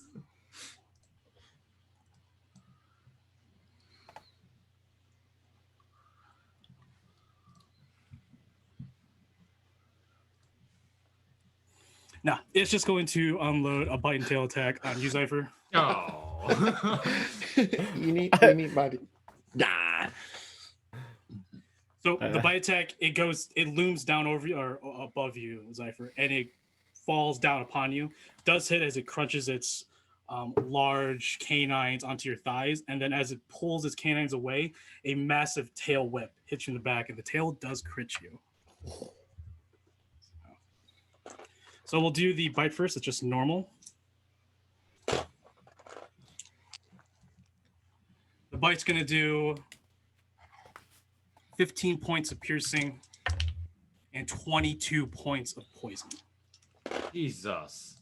All right, and then the tail is already at max. So that is 28 points of bludgeoning plus... Okay. I was at 27. Holy shit. With just the bite attack, I was at 27. Oh my god. Oh my. So Zypher is down. Jesus. Yeah. That was a one-hit KO. Mm-hmm. Well, technically 2, but yeah. Technically rolled 2. very well on the bite attack. You rolled very well in general. Very well in general. Damn. All right, so Zypher is down currently, and then I think that is it for the enemies. I need to make sure he has nothing else. Nope. All right, so next is Essential. Essential is going to power his way through back towards the ancient Bo Naga, and he's going to rage. Rah! And he's going to unleash all his attacks. Okay. Seeing our Barbaladin in action is very interesting, and I love it. those Yeah. attacks and then Or add in paladin. divine A smite. barbarian at his Yeah, finest, you only in definitely. combat. Yeah, he's definitely here. Divine smite on this bitch. Oh yeah. Oh yeah. Oh So yeah. I need to What first. level paladin is he? He's only a 5 paladin. He's a 5/5 barbarian paladin. So not quite yet at the banishing smite yet. No, but he still has branding smite and all them. Yeah. Which, yeah. So I will, if I hit, so I'm gonna roll a hit first for my first attack. For Essentials first attack. That will hit, and then, yeah, both will hit. On the first one, I will do branding smite. Nice. So branding smite is cast, an additional radiant damage. All right, so and it's actually advantage. All right. 1d12s, baby. The grandest of damages. I used to not like 1d12s, but I've come to realize that 1d12s is probably like all around good die. It can either be good or bad. It's a Like, great die, either or. but it's It so has- underutilized. Well, you have so many sides for 12 sides, and then you can actually read the numbers on like a d20. Mm-hmm. So nice damage. Right. First attack, and then the branding smites. Nice. So, you all, whoever's in the vicinity, sees Essential let out a roar. He's definitely not his calm self anymore. You definitely see that his eyes have grown a little bit more redder, more darker. You see that there's bloodlust filling, and he rushes forward. He headbutts it the first time, and then branding smites it with the first attack, and then he does a cleave around, spinning back around, cutting back into the bone naga, literally like shredding large chunks of its bone-like body, and does significant damage. Is it getting hot for anyone else in here, Right? or is it just I'm me? getting goosebumps. Nemea, while ensnared by this bone naga, is definitely flooding from her panties right now. Zypher, while dying, Jesus is Christ. just giving a thumbs up. Yeah. The pheromones are definitely spreading like wildfire from Essential. Definitely. I go He's from an- brooding to budding, if you The know what I mean. testosterone level from that man at Oh, this man. moment The pheromones, is man. astronomical. Is anybody else as erect as I am? You and May are just like. All right. I think that's it for Essential. So, Kemdir, you are next, and then Portia. But before you go, Kemdir, the Bone Naga will take one of its legendary actions, and it will cast a spell. Spell. Does anyone have counterspell? Counterspell. No, I do. I have. Unfortunately, you quasi. cannot see. So, I do. It depends. Like my whole thing is, it depends on the attack. That's the issue. all right. Yeah. Man. No, well, no. Like literally, it depends. No, It has. literally. It depends Literally. if it's attacking specifically me. That's the only way I can do it. Oh, for sure. That's what I'm saying. It depends. Right. Everyone else doesn't matter. I got you. Way to be a team player. Right. I don't have an actual counter spell. Not with that. Abilities to mimic it, but not. Everyone has a Walking counter spell. away. It's you going into the path for your buddy. That's the Okay. counter spell. Okay. All right, I need to look up the spell real quick. And guess what? You are not that meat shield. Nope, I am not. Look at Nemea with that 42 initiative. Right. I try really hard, you know. Sandwiched right between a 19 and a 16. Yep. Didn't you know 16 is lower than 42 and 19 is higher than 42? Come on now. I am trying to catch up to Peaks 116. Okay. So, the ancient Bone Naga uses its legendary action before Kimber's turn. A spectral cobra appears above its head, sort of like a wispy green and white. Shiny. And he's going to cast Cobra Strike. Cobra Kai. Cobra Strike at 3rd level. I need to make a ranged spell attack against Essential.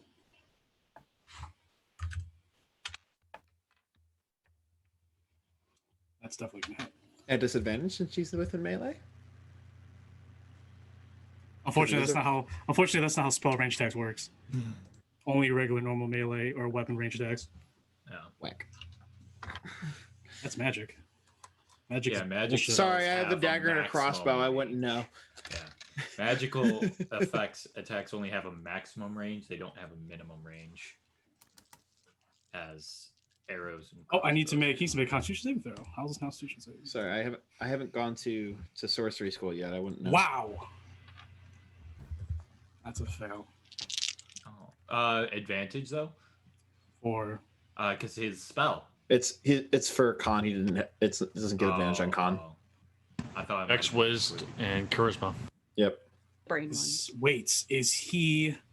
No, he's not. All right. That Essentially, it's not magically resistant. No, he's not immune to poison. So that is 20. Paladins though. No, disease. Disease and poison are different. Yeah. Yeah. Damn.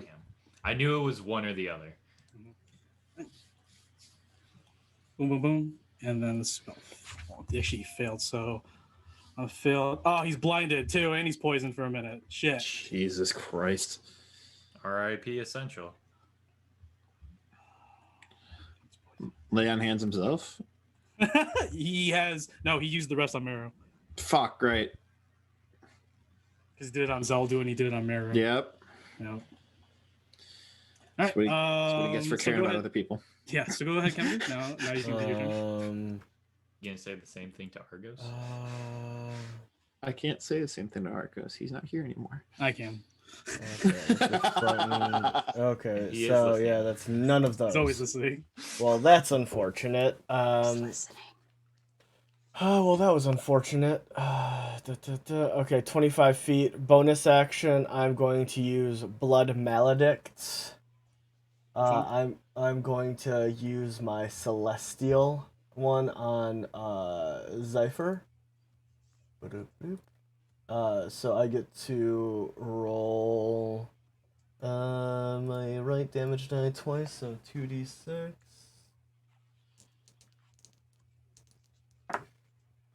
Oh shit. Okay, that's good for you. That is, I rolled 2 6s, and Nice. that means it's 5. So that's, you get 21 point. Well, yeah, it's 12. So 5, 17 points of HP back. Two. Nice. So, and then I am going to Zypher. Zypher. He can't see Zypher. I can't see Zypher. You are 10 feet He's 10 down. feet Oh. down here. Can I You fly? can't see Then him. can I fly up? I can to- save him. Can I fly I up can save to? myself. Can I fly? If I fly up to this dude? Because my plan is to fly up to this dude. Like, he's like, what, you said he was 30 feet up? Yeah, you can see it now. He's 30 feet up right now. Okay, then I'll do that. Okay. Yeah. So my plan was to go up to him, to there. You do realize that even at an angle, you're now what, 30 feet up above. Okay, here. so I can't see This him. is 10 feet down. This is Okay. another He's 10 feet down. sheltered, yeah. He's Oh, okay. completely covered. Okay, Yeah, okay, I can't see him then. Okay. No, I unless you just- move, unless you directly move. Not to mention, unless you want to make a perception check, you don't know if he got killed or not. 'Cause it's Okay, yeah, true. Fine. I'll. Yeah, That's okay, can't I see got him. him. If I can't see him, I can't see him. So I will not use my Blood Maledict then. I will take that back. Save it. I have a cantrip. Alright. And then I will go and use the Sun Sword on swing on the boy there. Oh. Okay, so the first one is a 10 plus 7, so 17. Yes, hits. Okay, cool. And then that is 2d8 plus 6. And then that is 12 radiant and 4 fire. Good. And then the next one is 25 to hit. Yeah. And then that is 7. Oh, that's actually really good. 15 plus 4. 19 radiant damage. And then 5 fire. And then I'm assuming for my third bonus action, I'm 100% assuming this thing isn't sentient. Isn't? Is not. It's not sentient. Okay, that's what I thought. I wasn't gonna get that extra D8. Another 17 to hit, and this one's only a D6. So, oh wow, 6 plus 6, 7, 8, 10 points of damage. Okay. Yeah, it's barely standing. You can see that its form is sort of beginning to deteriorate, dwindle. It's smaller in stature now. So it's definitely not going to be here for very long. Good. It's my turn. That's your turn. Before Portia, did you make that wisdom saving throw for the big bone naga for Phantasmal Killer? I did now. It's 28 with a natural 20. Okay. Then it's gone. Okay, so now it's gone. Cool. All right. So this guy, that's friendly, right? Yeah. Yeah, you do see a spirit, and it's not a good spirit to you. But yeah, you see a spirit that was summoned by Nemea. It's not good to you because like it reeks of foulness. Okay. It doesn't. But it doesn't seem like it's aggressive to me. No, it definitely Toward is. me. Okay, It's cool. and it's definitely targeting your enemies. So. Awesome. Okay. Other question.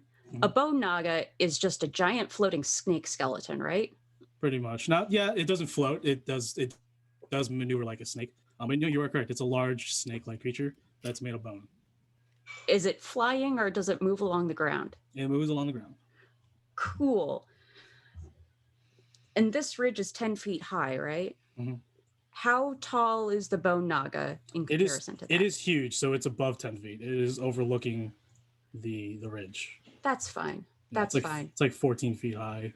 All right. Yeah. So what I'm interested in doing is using my wand of web and webbing it. Sure. Like it. I don't know that webbing it itself is going to do anything, but if I kind of put the web here, I just want it to get hindered. Yeah. So you're going to spend a charge to cast a web spell on it? Yes, please. So DC 13, or no, DC 15 because of the item. Let me take a look just to make sure. DC 15. Okay. I did roll a 3, but then I rolled a 17 because it has magical resistance. Okay. So it's not restrained. Correct. But you have 6 more tries to do it again. Yeah, I could. But then I'm gonna 1, 2.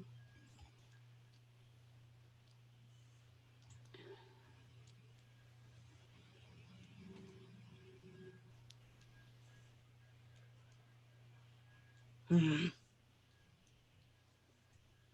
1, 2, 3, 4, 5, 6. Cool. And then as a bonus action, spare the dying on Cypher. Awesome. Nice. Cool. All right, and that's my turn. Awesome. So that just means I have. You're stable. Okay. Yeah, 0 HP, but you don't have to make death saving throws. But he is unconscious though. Yeah. Yeah, so he's not up, but he doesn't have to make the death save. Correct. You're just gonna chill there. Yeah. Just hanging out. Till someone wakes you up. Having a good time. Having a good time. Like a rocket ship flying through the sky. I love Queen. Get the fuck out of here. Who doesn't? Fucking up her shit. For some people. There are those people. There are those people. Those people. I don't blame. I mean, I get where you're coming from. You know, it's just not their thing. It's just not their style of music. Anything else, Portia? Sorry. No, that is my turn. Awesome. Thank you very much. That's going to be the final layer action, or not layer action, legendary action, before Peak goes, and it's going to make a bite attack on Essential. Essential. He's essentially. He's essentially fucked right now.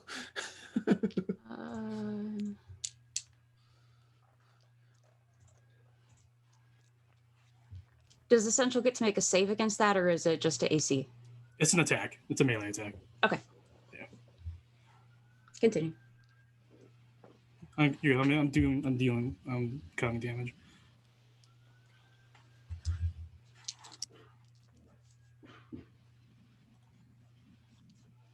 Good thing he's here to suck up damage, though. Tank. We've needed an actual real tank boy, not just. Here. I swear to God. You're a tank. Get over it. Damn it. So, all right. Cool. All right. Yeah, not pretty. All right. Oh, he's blinded. Oh, shit. That's an advantage. Doesn't matter. As soon as I say that. I'm sorry. Okay, so I gotta do max damage on that. You crit with advantage? Yeah, I crit with advantage. I hate you. As soon as I said it, because I rolled the second one, I was like, oh, it's a 3. All right, it's the second one. It rolled to an 8. I'm like, and then it rolled to a 20. I was like, I hate you so much. We're so what happened? So let me. You're rolling so fucking well today. Let me roll. Oh, Lord, we need to finish this combat. Heal. I mean, there was still always the option of running away. Yeah, you just had to leave Essential. behind.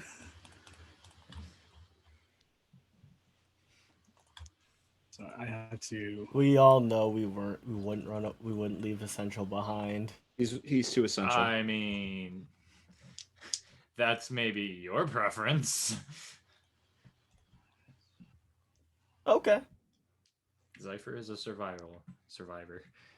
He's an opportunist. All right, so sorry, I calculated this damage.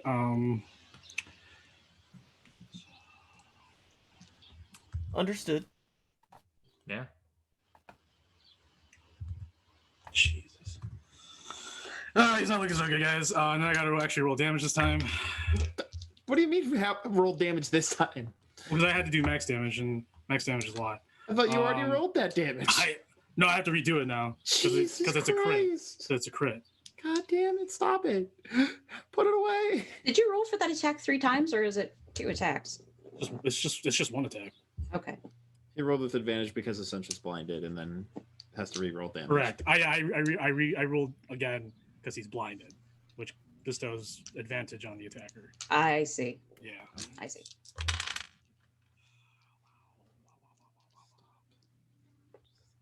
So that is he's down to 17 out of 110 HP right now, guys.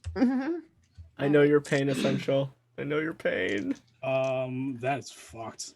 Yeah, it is, Mike. Hey man, he failed the con save. He has a +9 to con, and I use D&D Beyond for that, so that's D&D Beyond. It's funny how you can roll a crit on the attack, but you can't really crit on Essential save. Bro, I rolled max damage on his crit, bro. I know. I'm just. God damn. Dude. All right, so this is rough. He's looking really rough. So I should probably show you what his HP. I don't know why his HP is not showing up. All right, and then that was it from. Oh, that was his legendary action. All right, sorry, Pete, go ahead. Sorry, top of the order. Okay, cool.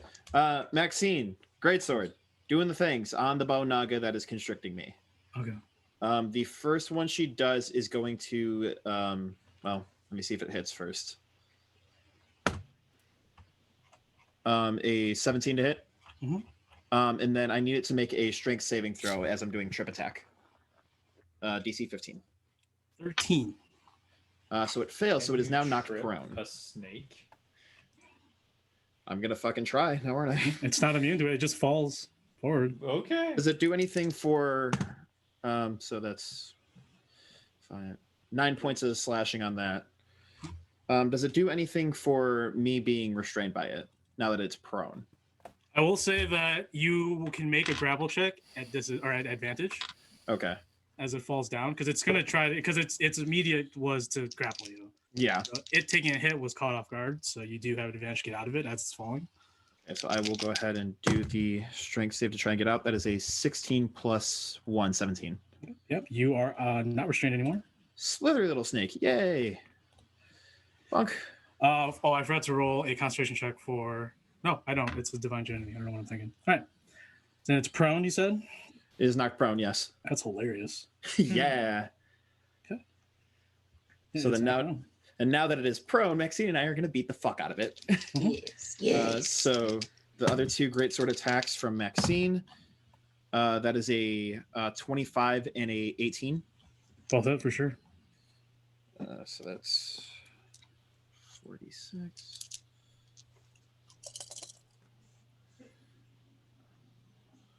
11, 13, 16 plus 8, 24 points of slashing from Maxine's attacks.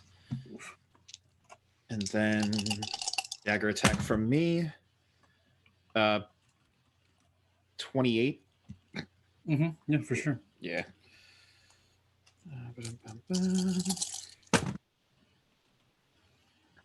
10, 14, 17, 19, 22, 25. And then 25 points of piercing from me. Oh boy, it is definitely bloody. Fuck it. Action surge from Maxine. Good.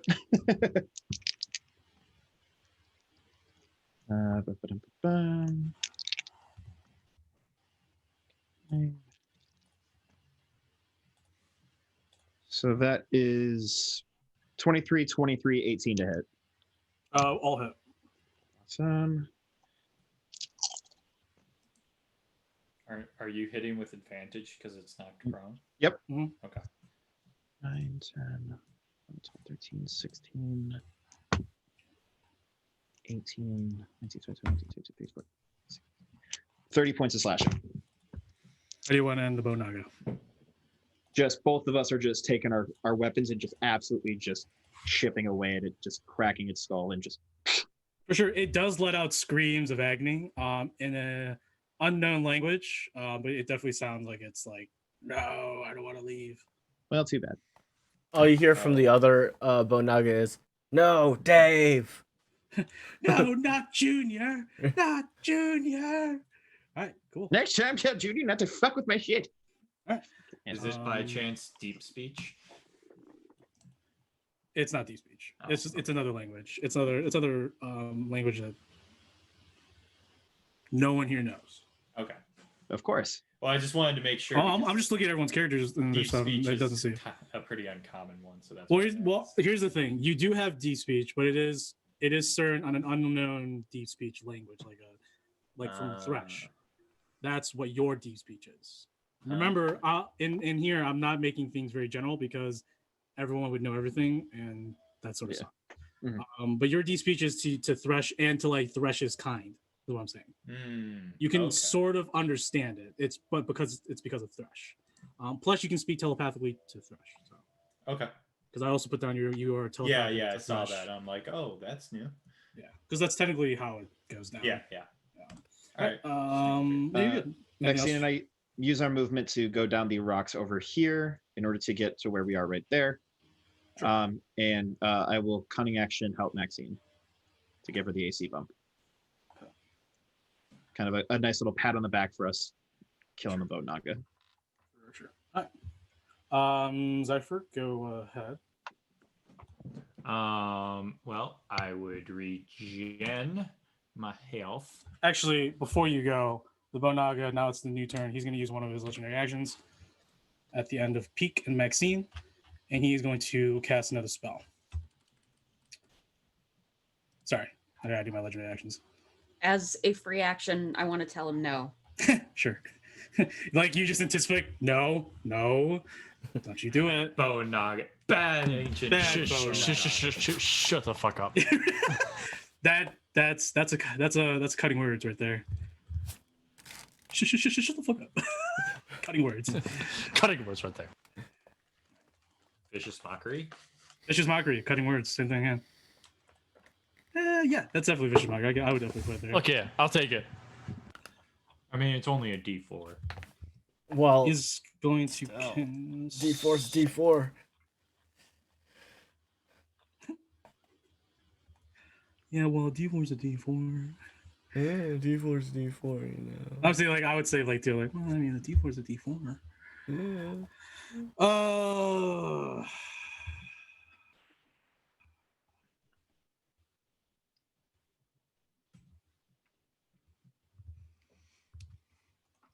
Yeah. It's going to. I don't know.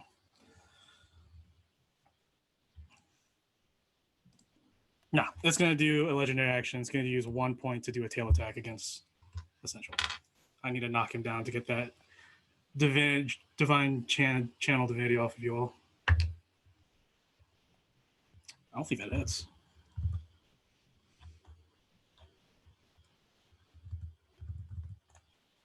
No, it hits. He has no armor. Tail attack. That should do it. Essential's knocked. As before, Zephyr, you're unconscious, and you're starting to break the unconsciousness. Immediately, the ancient Bonaga makes a tail attack against a blinded Essential. Oh, he's blinded. Still hits. And he is knocked. Okay. Well then. Go ahead. Yeah. So I'm up to 2. Mm-hmm. I will cast Zephyr Strike. Into not to tell you, but you said it wrong. It's Cipher Strike. No, I said it perfectly fine.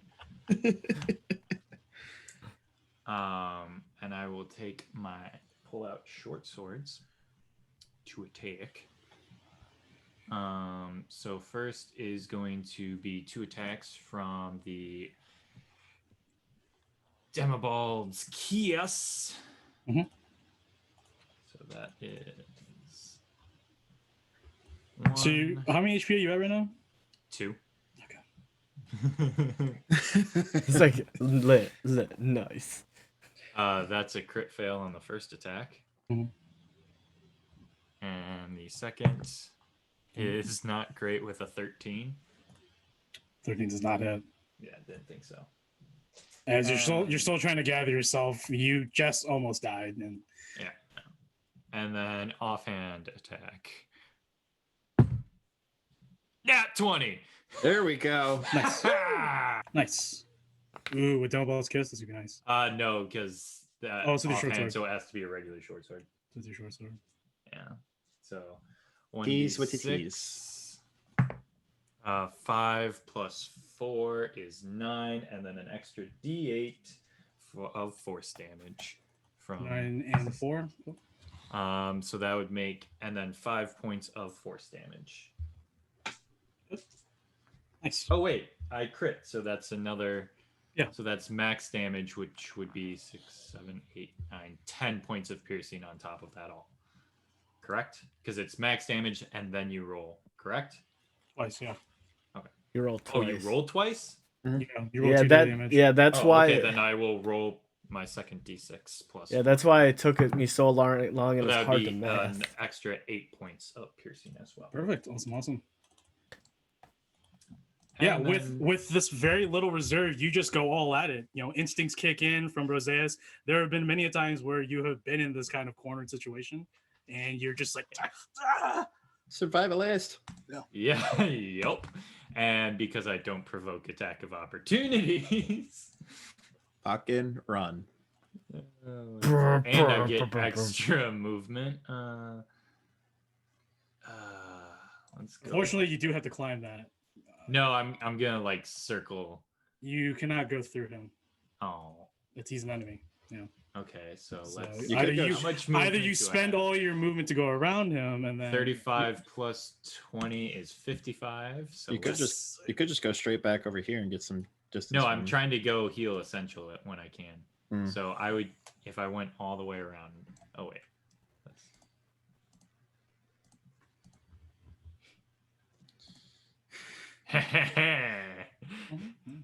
For sure. There we go. So much movement. I'm just saying. Yoink. Yeah. All right. Cool. He just Naruto sprints You just all see the him way just like- around this fucking thing. Yeah. The Navi's like just looking at. Just like basketball, to side shuffle. Yeah. Yeah, It's you like just any like excuse me? monster boss game where like you're running like in like Dark Souls Shadow, like rolled Shadow, around him. like Shadow the Colossus type shit where you're just running around, it's just looking down at you. You're just running around trying to Dark avoid it. Souls What is this rolled idiot around the doing? dragons. Do you want to go on break now or after Yeah. this one? So after, is that all you have for this? No, and then I will free action cloak to give myself some temp HP. Yeah. And then you are. And that'll be the end of my turn. Cool. Yeah. Let's go ahead and take a break, y'all. Yeah. That extra 20 feet really This came fight in is clutch. redonkulous. Yeah. All right, guys. Get some snacks. Get some all that jazz. We will be back in 10 minutes.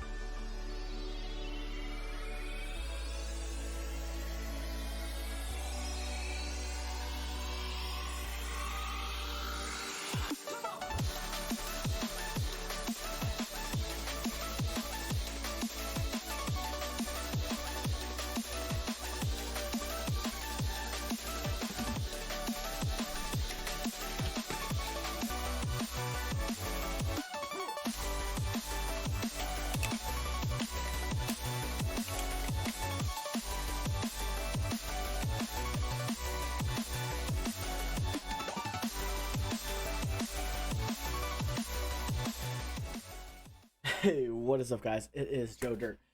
We have a wonderful opportunity here that we are sponsored by Raise Energy. If you click the link in the panel below that says Raise Energy, it's our affiliate link. Use the code Joe Dirt for 15% off. This is a cool opportunity for us because it will help us get kickback as well as get you a great product. My favorite is obviously Baja Lime. It is amazing. They do have several other flavors here as well, but I would recommend if you're looking for a canned energy drink to get the variety pack 1 or 2 to give yourself a little bit of a different take. Also, these are sold at any GNC or vitamin shop across the US, so bearing that in mind as well. So that way, if you want to go down to your local GNC or vitamin shop or possible gas station, but it's better to go to a GNC. You guys can pick it up and try one for yourself. So they do offer the different cases here for different flavors, as well as they do offer a popcorn as well. So they offer a snack, and they also have different flavors as well. Peanut butter cup is great if you're looking for a healthy alternative snack, and if you enjoy popcorn. Also, they do have pre-workout, as well as they do have the different weight loss, muscle builders, as well as health and wellness. I do like their hypersleep. It is good for for those of you like me that have a hard time sleeping. I do favor their sour gummy flavor. It is nice, as well as it just helps you get that clean sleep, as well as it does not affect you as much when you wake up. It helps you go into sleep as well as come out as well. It is awesome. They do have a lot of apparel as well, which is great. I mean, everybody knows that we love apparel here. It is awesome. As you can see, I've got this great quality shirt. Love it. But yeah, guys, that's about it. Like I said, if you want to pick up some of the Raise Energy, click the link below. Use code JoeDirt, 15% off. And guys, again, this opportunity was made possible by you and by your support. Thank you guys so much. We'll see you in a few.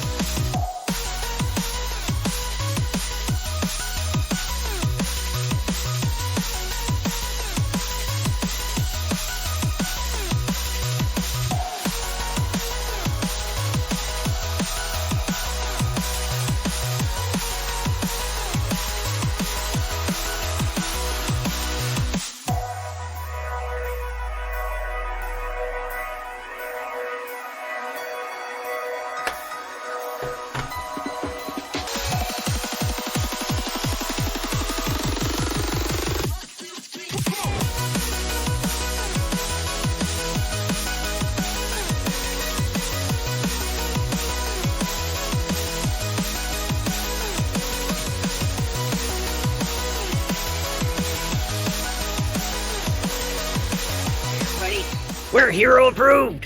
Look at this guy over here. This is Grudge Couch, where the players are guaranteed to be more intoxicated than their characters. Ha! And they're gonna make you laugh your ass off. And that guy over there, dragons in the dining room. They actually stream from their dining room, and I don't know how they put the fucking dragons in there, but it's pretty sweet. They all jammed in there.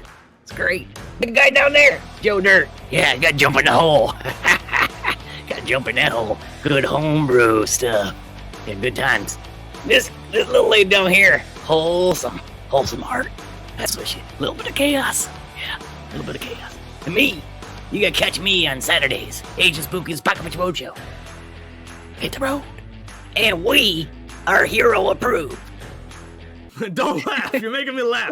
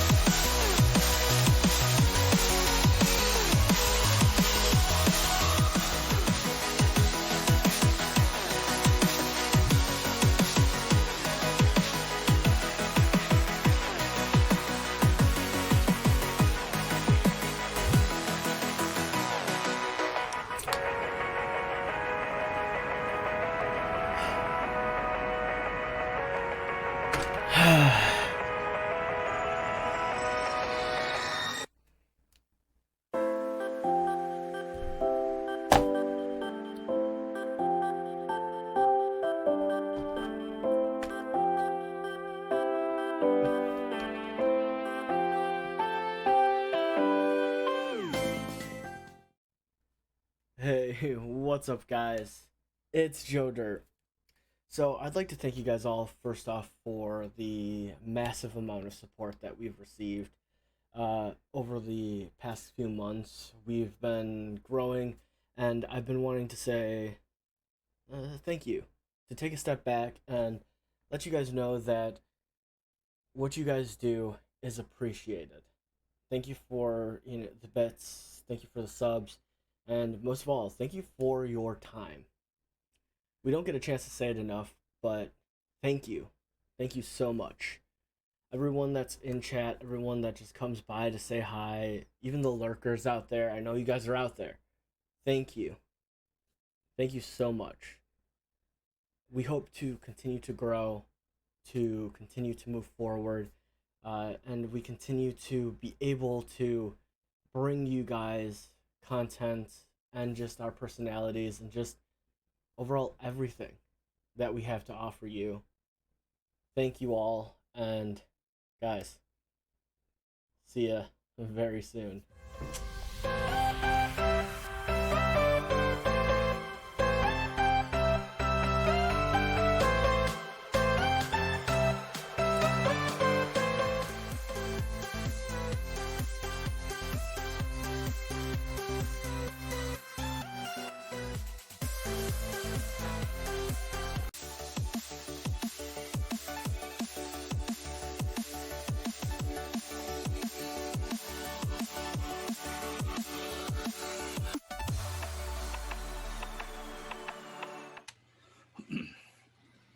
Welcome back, y'all. Hope you still had dying. a good rest. Got some drinks. Relieve yourself at the nearest laboratory. Yeah, we're gonna get back into combat and content. Hopefully, finish this up. Looking good. They've already destroyed one Bone Naga. They just got to deal with two more. Aelip is pretty much almost dead. So, we are.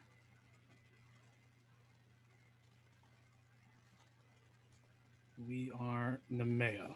Yes. Mhm. We are Nemea.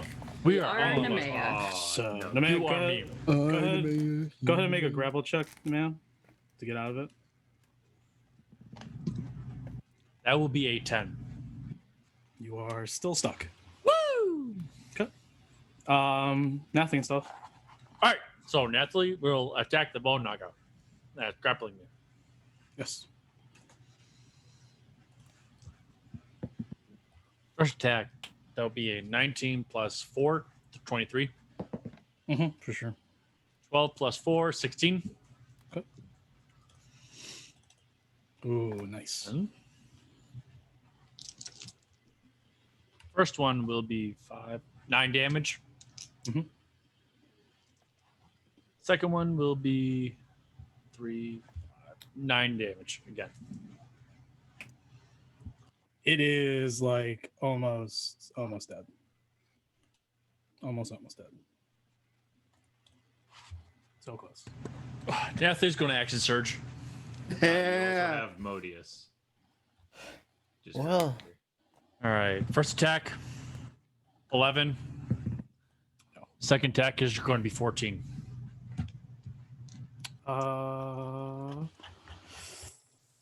Nope, both miss. Well, that's unfortunate. Damn. Okay. So you are grappled. I'm but going to move her forward. Okay. Just You. 5 feet. Cool.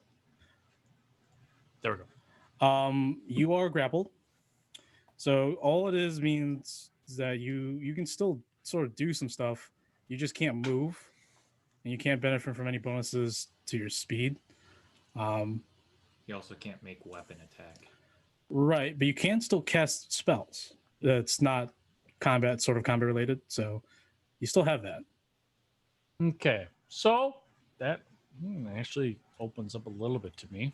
Yeah, grapple just means you're just not moving. So I'm going to cast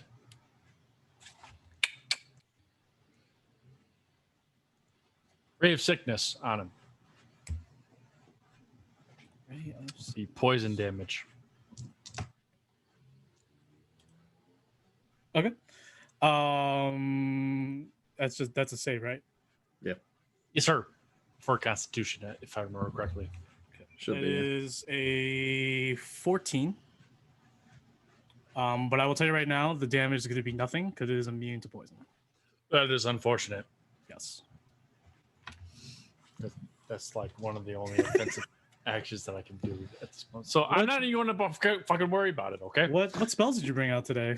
I mean, where's your Eldritch Blasts? Yeah. Does not require hand movements. You can still do hand gestures and somatics, dude. Yeah. Oh, I thought being bound. Yeah, I'm just like, why are you going out? So, like I said, I told you you can cast spells, so which means you can still do verbal and somatic and stuff like that. You just can't. Okay.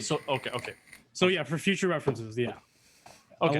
Unless there's like obviously something unique that you can't do. Yeah. Other than Like that, then I would have. Yeah, I I would have made. Yeah. Then I would have made. Understand? Blast. It's fine. That's unfortunate. So we'll move on. Want me to do that, We are moving on now. That's fine. No, we're moving on. Unfortunately, we're gonna move on. Just keep the combat pace going. But now that you know, so. The more I know. Knowing's only half the battle. G.I. Joe. All right. So Jose. after your turn, the ancient bow naga will do its last legendary action for the turn. Don't you do Medeus' action right now?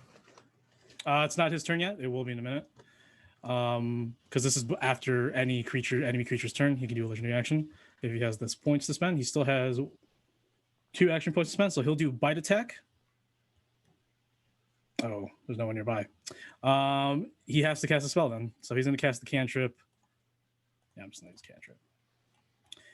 He's gonna cast the cantrip Ray of Frost on Portia. Oh, damn it. To be fair, he doesn't even know that you're up right now. I'm just kidding. Yeah, he watched you Naruto run all the way around him. So he's gonna cast Ray of Frost on Portia. Oh no. It's a spell attack. Okay.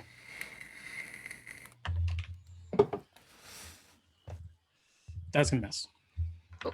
As he's about to like do that too as a reaction, and then he sort of is like, wait, where did that little Zypher or that little he has a cloak. He's sort of distracted by it. He misses. Shiny. I feel like Portia just like Matrix dodges because she's mindful. Just like, ha, you didn't think I could see. Right. All right, so now Modius can do his thing. Before the enemies? Or it's the same time as enemies, but or I don't know. Yep. Just go. He's going to cast 2 magic missiles at the one that's binding me and the other 2 at the giant. Oh, he's upcasting magic missile? Yep, up to level 4. Okay, so 4. Cool. So 2 on him and 2 on both on each Naga, right? Yes. Go ahead and roll damage for the Naga over here. Yep, let me roll on D20 real quick. So first 1, 2, 3, 4, 5, 6. Damn, that will be 1 away. 1, 2, 3, 4, 5, 6. 25 damage. Yeah, it's gone. As the 2 magic missiles, both unfurled by Modias, it pierces the giant serpent-like skull, breaking it, shattering it, and then the rest of the body begins to crumble around you as you stand up free. And then for the big Naga,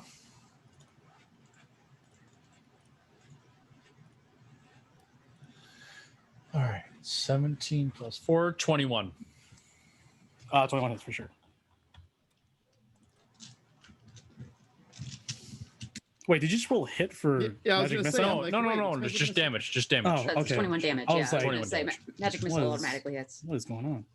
All right, I have no idea what's going on. Well, I don't know my hands. All right.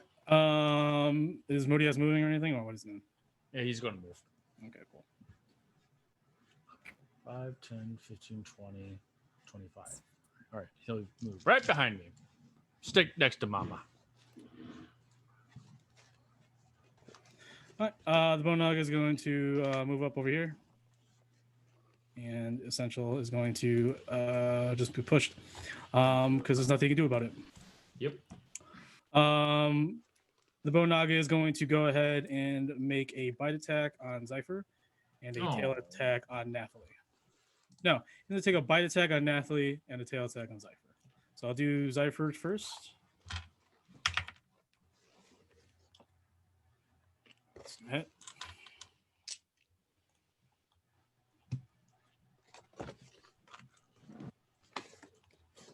It's gonna get crazy when we get to the point where everything's just gonna pretty much hit each other at like higher levels. Yep. When everything's got like plus 15 to hit. Yeah. And at that point, it's just all about doing damage and making sure it doesn't do damage. All right, so for the tail attack, Zypher, you're taking 13 points of bludgeoning. What did he roll to hit me? 28. Okay. Roll an 18, gets a plus 10. Okay. And then how much damage? 13. 13? Yeah, I think. All 12, right, 12, and then I just take 13. Yeah. Well, no, I half that because I'm in cloak. It's magical. Damn you! Damn you, DM, for making sense. I'm like only a few levels away from. Oh, never mind. I'm not a few levels away from. You are definitely. You're a few. Yeah. It's coming up. It's getting there. All right. So About 5 years, it'll be Zypher's down. No, I'm not. Really? I 20 Temp HP HP temp from the cloak. HP. I'm at 7 temp. From the cloak. Cloak, yeah. And then I still have two one of that temp regulars. 2 regulars specifically. Oh, I didn't know you healed yourself. Yeah, you said when he. Yeah, when he cloaked. Yeah. I thought you said you use potions too. No. I regen the 2 HP and then I cloak to get the 20 temp. Next attack on Nathalie will hit as well.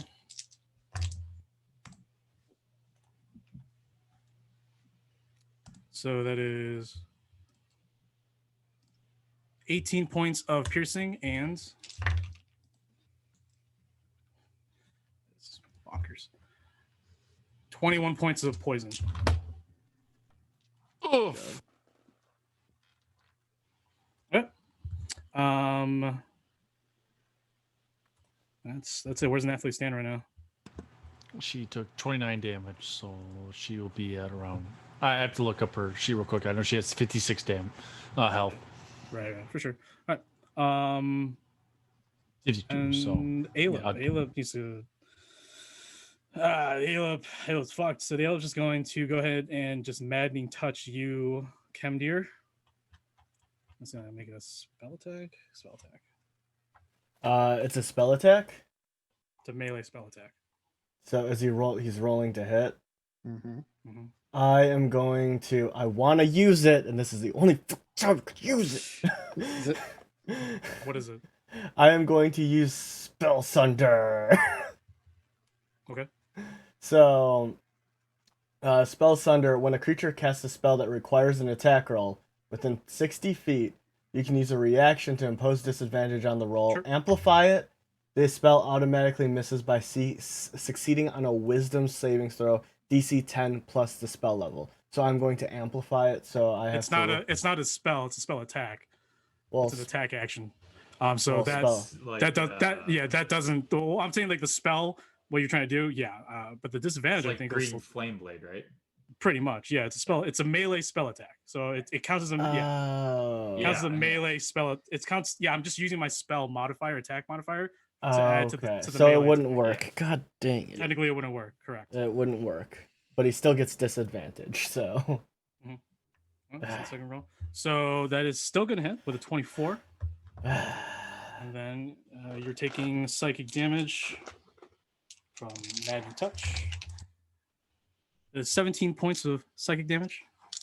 That's it for him. He's totally fucked. Yeah, that's it. So go ahead. Essential needs to make a death save. Essential makes the death save. Nice. I was so close to using my feature. You were so close, I know. All right, So- and then he used one legendary. I'll save my other one. Okay, so go ahead, Kemdir, and then Portia. All right, I'm gonna make one. Let's see how the one. We'll start out with one to see if I can finish him. And by the way, when I'm doing radiant damage, does it look like it's hurting him more or normal? It's normal. Okay. I thought being an undead it would do more.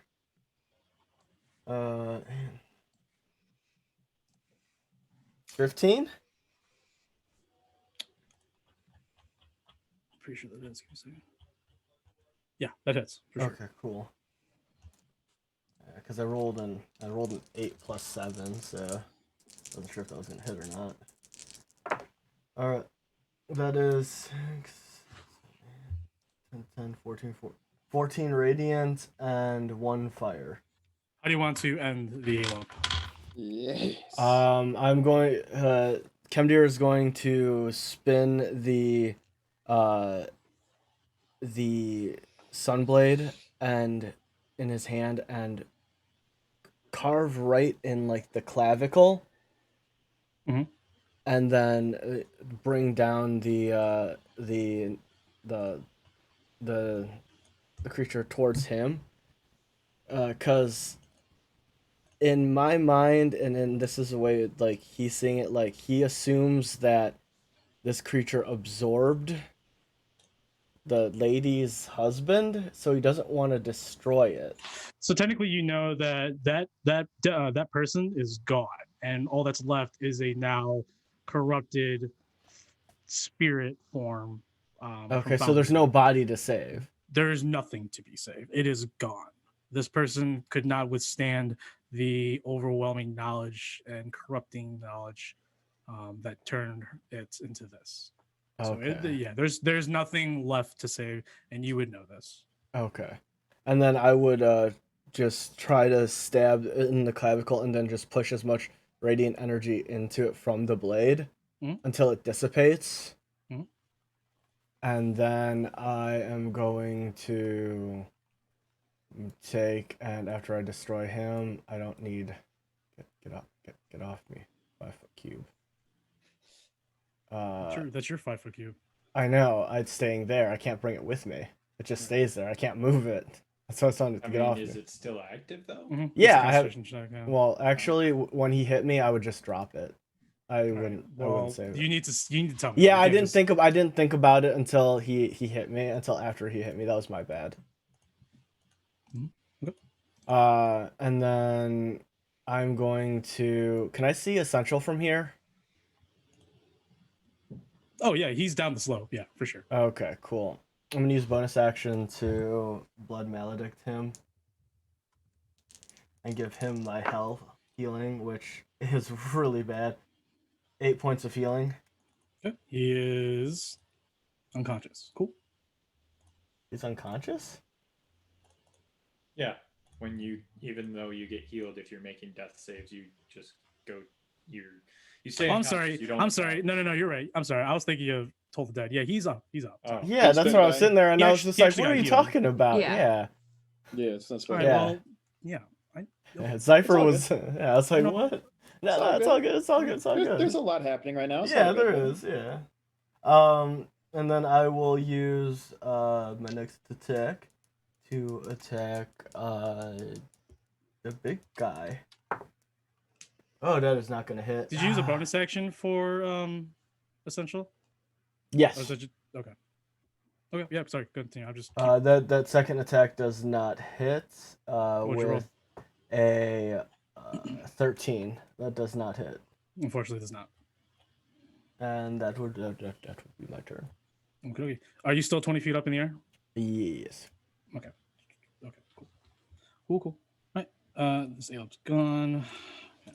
Did Maxine take damage? Dom, I'm just trying to mark him on the map so I know. Yes, we have both taken damage, although at 3 and 9 respectively. For sure. I just want to know. Thank you. I got you. Is Nathalie at half health, Kyle, or no? Hold on 1 second. Or is she at health right now? I can do the math. 30 damage. So she's not. Okay. 30 health.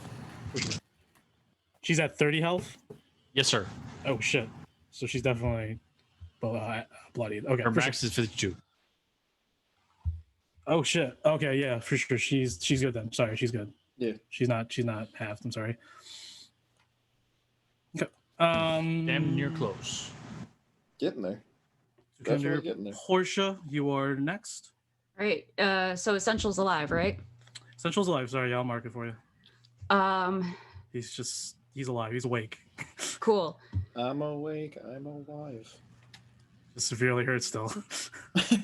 Yeah, I'm a little tilted that I didn't get my 17 HP. I apparently That's am what it moving is. through that tree. Moving up over here. I'm gonna ask Essential, are you okay? He's like holding his axe. I'm fine. Cool. Is there a way to see if he's still blind? Oh, he's not blind. He's not blind anymore? The condition ends, yeah. Okay, cool. All right, so what I'm gonna do then? I mean, there's a lot out of his own blood on his face. Yeah, that's fine. He should be okay. he should be fine. It's probably gonna be fine. Mangled, broken arm. You're fine. Yeah, you're fine. You're fine. That's tough, bud. Hey, it's still attached, isn't it? Rub some dirt on it. Yeah, rub some dirt on it. Fast mending, it'll be fine. I'm gonna go ahead and cast Moonbeam at 4th level. Yeah, moonbeam. We love a good old moonbeam. The biggest beams of moons. I just think every time moonbeam, I just think of a beam of butts. 5 foot. Exactly. All right, that's a cool spell. I'm not gonna lie. Yeah. Dude, that should be in the spells of misspells. Just moonbeam, and it's just Wop, butts. wop, wop, wop. It's just butts dropping repeatedly. Wop, wop, wop. Sit on my face. Sit on my face. It's moon beats. It's just a bunch of butts that keep falling from the sky. Big bees sit on my face spell. Sure. Big bees wop. Biggies wop. Can he make a Constitution save, please? The DC is 13. Sure. Constitution? Yes, please. I'll roll on 120.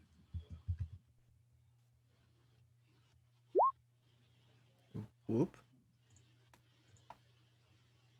Whoa, what was that? 12 D zeros? You rolled 12d0 plus 3. Oh God, 12. There we go. There, a Roll the- 6. Roll the 6. Okay, so you fail. 12d0s. Oh, I had to roll with advantage. Sorry. You already did. You got a 3 and a 6. I only rolled one. I need to roll with advantage. That's what You back the fuck up, girl. All right, yeah, go ahead. Yeah, go ahead. I rolled a 6, so. Oh, okay. Yeah, so he's gonna take 18 points of radiant damage. Cool. Also, if he's a shapeshifter, he's not a shapeshifter. Cool. That's concentration on me right now. Bonus action. Healing word on what's his face? Essential at 2nd level. He's gonna heal 8 points of damage. Cool. All right, and that's my turn. Awesome. Before we move on to top of the order, he will take his final legendary action and tail attack. He's gonna tail attack. Let's see. I'm gonna roll d6 and see which one. So 1, 2, 3, 4, 5, 6. Essential. I figured. How did I know that was gonna happen? There's nothing stopping, so it does hit.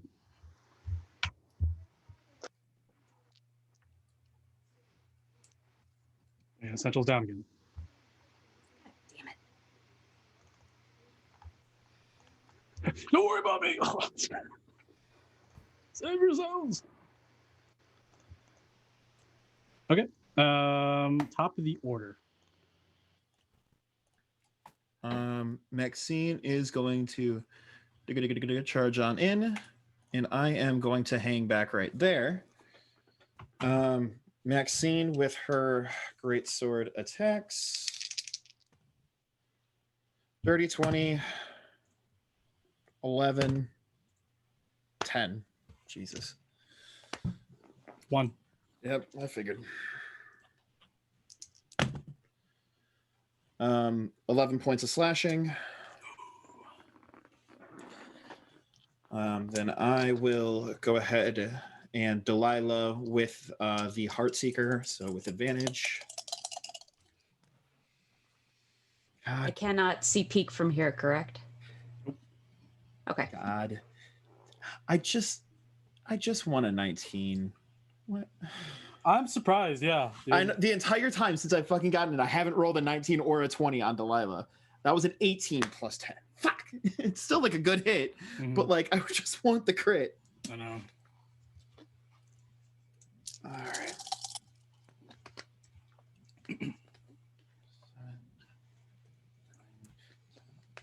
18 plus 8. 26 points of piercing. Ooh.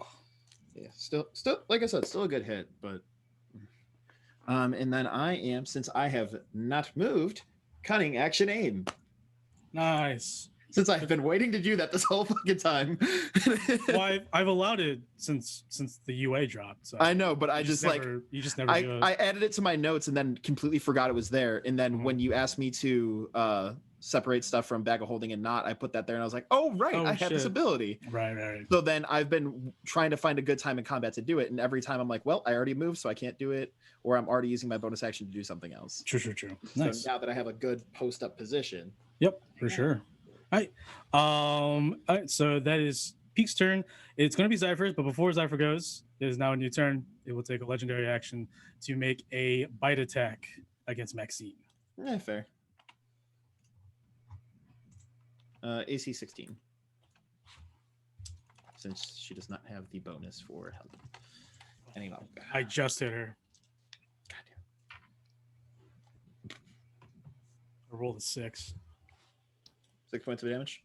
No, okay. Oh, you rolled A6 plus 10. Okay, yeah.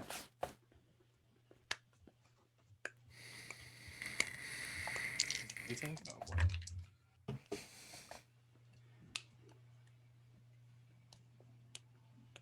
19 points of piercing. Yep. And 14 points of poison. Okay. Zypher, go ahead.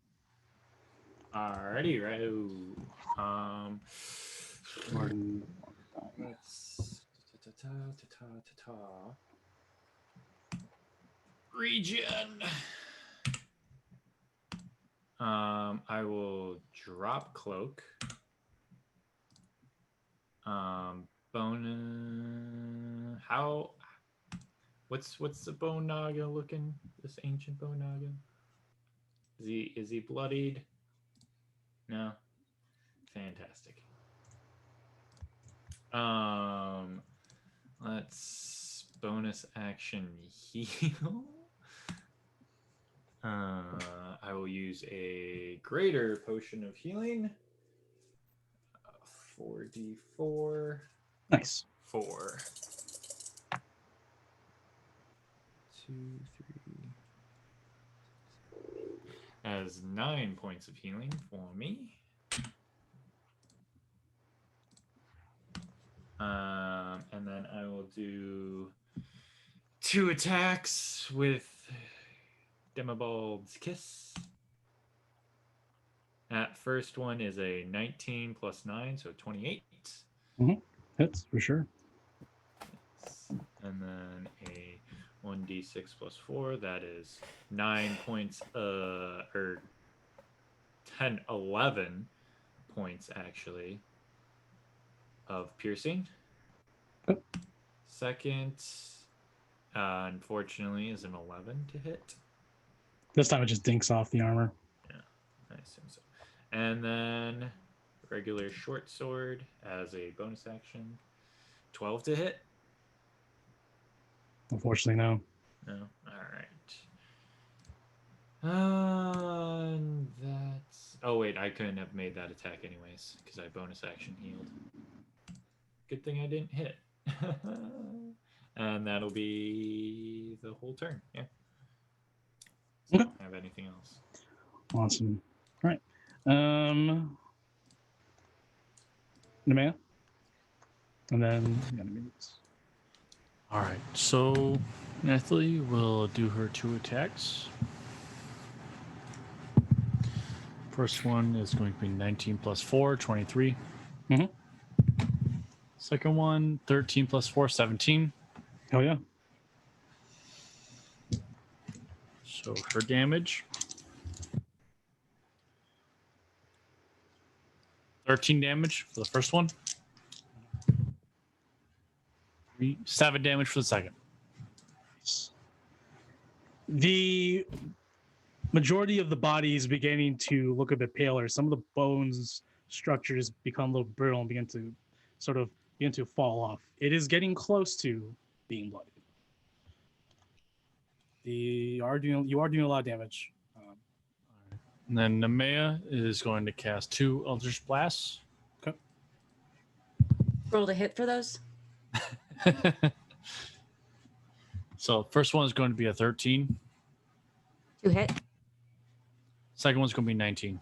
Yeah, he's rolling the hit for these. Okay. Can I use the wheel on that first one, or is it too late?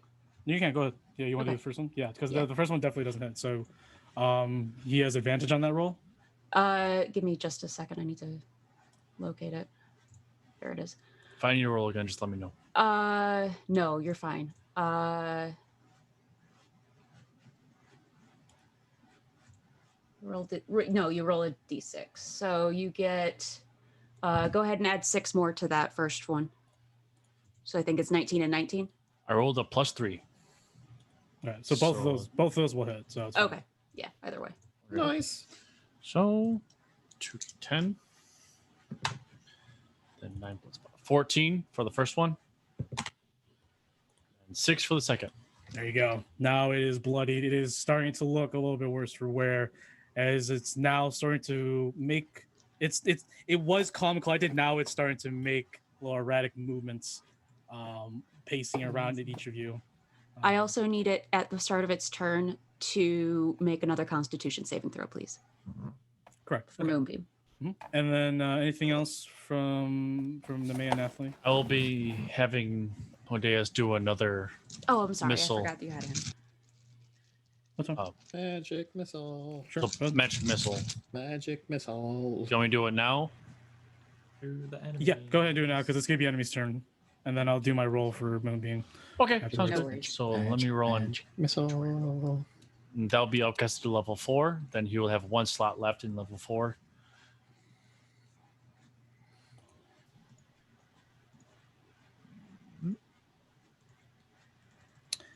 Yeah. Do I? 23, 12. That'll be 34 damage. I will go ahead and counterspell that then. I will use I have to roll. Yeah. Yep. Counterspell to counterspell. I don't think she can. She doesn't. You don't have any spells left. Still slots, Me? do you? Me? Yeah. I have 1 left. Yeah, you're not going to spend on that. No, not to counterspell. A counterspell for a magic missile. I don't. Well, I mean, he's doing a good amount of damage. Yeah, fair. It's a guarantee. It's a guaranteed amount of damage, but True. But it's up to you. Alrighty. So I'm gonna let you know if you want to. Do you want to counterspell my counterspell or not? For level 4, yes, because I will cast it at my max level anyways Okay. as a warlock. So that'll be level 4 to match count- that level. Oh yeah. Oh, for sure. Yeah. Okay. So you counterspell. Okay. Cool. Yeah. So he takes the damage. Cool. Awesome. Fuck him up. All right. Cool. That's it. So I need to make my wisdom now. Con save. Con save. You bone snake. I always feel like I'm That is a fucking up 15. on snakes. All right, you make it, but still takes half. Mhm. 9 points of radiant damage, please. Cool. All right. Thank you. All right. Onaga.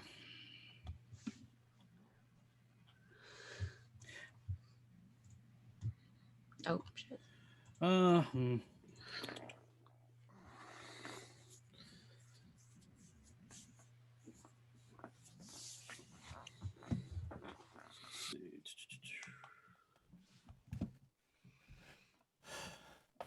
Perfect.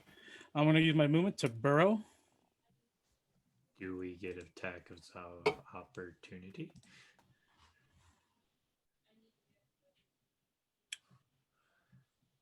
I am using my action to leave. That is a good point. He is leaving the occupied square. Correct. Everybody stab his tail off, But- Monster Hunter style. However, Action disengage. no, because Oh. in normal Raw, and this is just me talking out loud. Normal Raw, it's when you're leaving a space or a square, right? That's usually on the same plane. Now, there are obviously going to be some judgment calls on burrowing and underground movements. Yeah, it's definitely not. I think if something he that's like laterally addressed. sinks, probably not. But if he has to dive in, we could make a pot shot at his tail. And there's not much you can do about Normally it. that would work. That's if what I'm it- thinking If anyway. it left tunnels, you know what I mean? If it left a tunnel, you would have a clear shot. So before... That's what sucks about sand. And the creature can move through solid. I mean, it is definitely a judgment call. I just thought to. No, I close will. it. I will go ahead and say that yeah, you would, but I'm not going to do it if that's the case. Now that I think about it, it's a good point. You bring up a really good point. So yeah, I would let all you do opportunity attacks, but I'm not going to do that now. So Oh, That's fair. um, Good decision. Good decision. no, it's good smoke because you know who knows when It's a Yeah, boss. definitely Kevdir, Zypher, yeah, Maxine. that's at least That's scared. 5 people. That's a lot of attacks. Yeah. Well, that's one. That's just 5 attacks. Yeah, still, But still five still 5 attacks. from- 3 of them are fucking heavy hitters. So Yeah. um.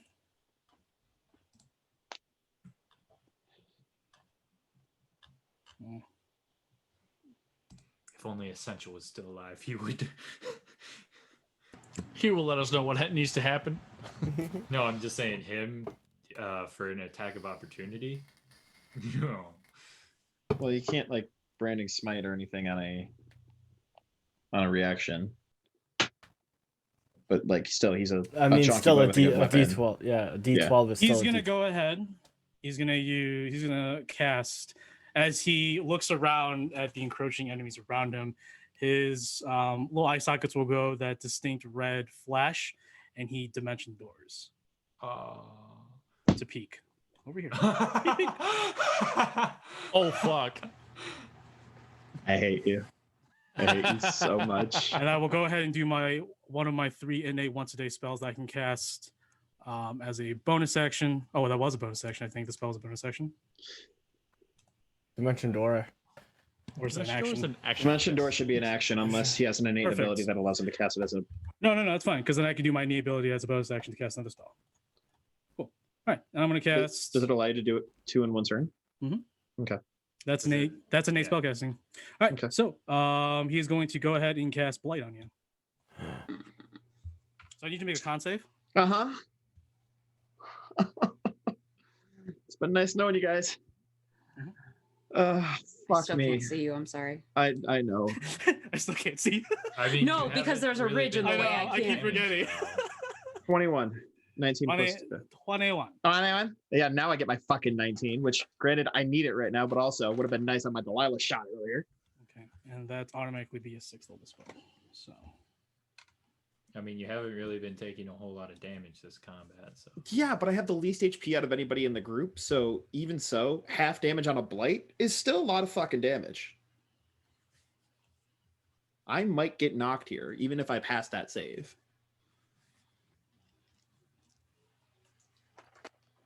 Because I only have a +1 to con, and I have a D8 hit die. Like, He's grabbing lots of dice. yeah, because base blight is 8d8, and then if he upcasts it from his innate ability, Yeah, even if I it's save, like- that's still half He damage said on it's 6th 8d8. level. He said it Yeah, was so a that's. I think that's probably. It's either 10 or 12 if I'm counting correctly. It's a lot of fucking d8s. Even at hat, that's a lot of fucking damage. Yeah. You're looking at like a bare minimum of like possibly 30 something. Mm-hmm. Yeah. Does the companion ring let me do anything other than just know It's just informative. Yeah, it's just informative. status? Okay. I couldn't remember if it let me teleport or something. Quickly No. does Morse code on the companion. Even though you can't see me, you're gonna know that I go down here. SOS. You'll know my condition is I'm fucked. Pico's burr. You take 26 points of necrotic damage. Oh, okay. I'm still up. Terrible.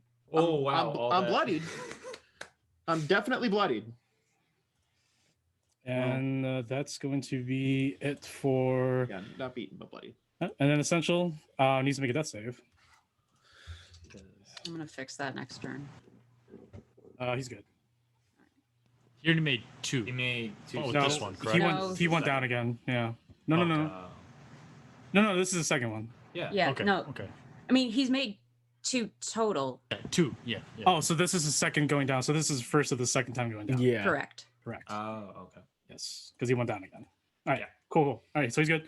All right. And then it is Kemdir's turn. But before that, he's going to use his final legendary action for the turn to do tail attack on Peak. And that's going to hit you. Uncanny dodge. 18, right? Uncanny dodge. Okay. Yeah. 18 hits you, right? Yep. Uncanny dodge. Right. Yep. Because I need to Yeah, save dude, you need. Yeah, of course. No, of course. all 18 that I have left. 17. So divide that by 2. That'll be 8. We're at 10 HP. Kemdir and then Portia. All right. I need Mr. Bone Naga to make a wisdom saving throw. Are you dropping the cloud of daggers? No, I can't move it. It just stays there. It's already. I thought you said it. Yeah, it's already sorry. dropped. It- It's been dropped. Yeah. I need to know because you didn't tell me that. Oh, okay. Well, then I this thought- is I this is a new I'm not gonna con. always. Okay. I'm not gonna always assume. That's Oh, what I'm okay, saying. yeah, No, yeah, I thought yeah. he said. I thought he I- said last turn. I did, because when he hit at me, it would have dropped. But yeah, I'm dropping. Well, you still have to make a con. Anyways, yes. All right. Cool. All right. Wisdom saving throw. Wisdom saving. Yeah. Oh, sorry.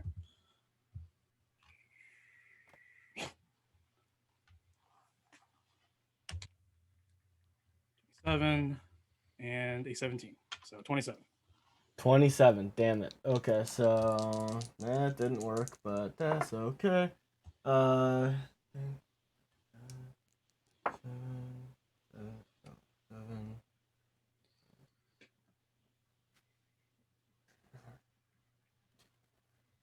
15. So you take 8 points of damage. That's already halved. Okay. All right, and then Kemdir is gonna go. Bonk. He's gonna go bonk right there, and then I'm just gonna move the magic plant cover over there just to get out of the way. And then he is going to use his Mystic Frenzy. And since I cast the spell, I get 1 attack. Oh, okay, cool. Okay, so 24 to hit. Mhm. And do I still get the extra D8? Yeah. Okay. Because I wasn't sure if he was undead or not, because these guys were different. Yeah, these are monsters, so yeah. Well, I'm using Sunblade, so. Okay. Okay. Well, so that is. I would know if there was any changes, Gerald. Like, Yeah, no, I was just making sure that if there were any changes, like to make sure that the undead radiant, extra radiant damage I'm getting would. Dom looking to do a wall run over here. Trying to. It's legit. Yeah. I'll just make an aggravation. That's 12 points of damage, radiant damage, and then 2 fire. Okay. And that'll be my turn. I will let you know, this is the second time you've unleashed fire tag. The fire just not doing as much damage. It seems to be it seems to be being absorbed, even through your blood right. It is technically magical. So yeah. Good. Right. Cool. Portia. cool. Portia is going to move 1, 2, 3, 4. Bonus action, spare the dying. 5, 6.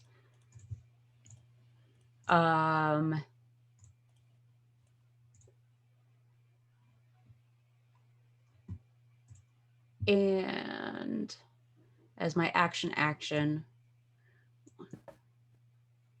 2, 3, 6. All right, Hammer That's Dawn. 60 feet. Yeah, fuck the Hammer of Dawn. Fucking Hammer of Dawn. Again. Every time Fuck the Hammer of Dawn. every time I see that, I'm like, it's Hammer of Dawn. I just think of Berserker and Hammer of Dawn. That's all I think of. Fuck that. All right, I move the moonbeam. Cool. Please make another Constitution saving throw. It's gonna be a 15. Okay. 15. All right.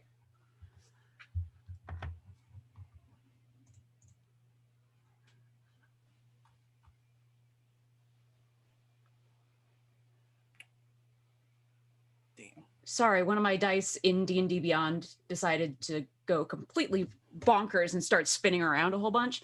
But he's going to take 12 points of radiant damage. Cool. Cool. All right, that's my turn. Awesome. Awesome. All right. Top of the order. Naruto run. I want to try and wall run over here so I can get on the other side of Isabel Naga. You definitely make an acrobat check.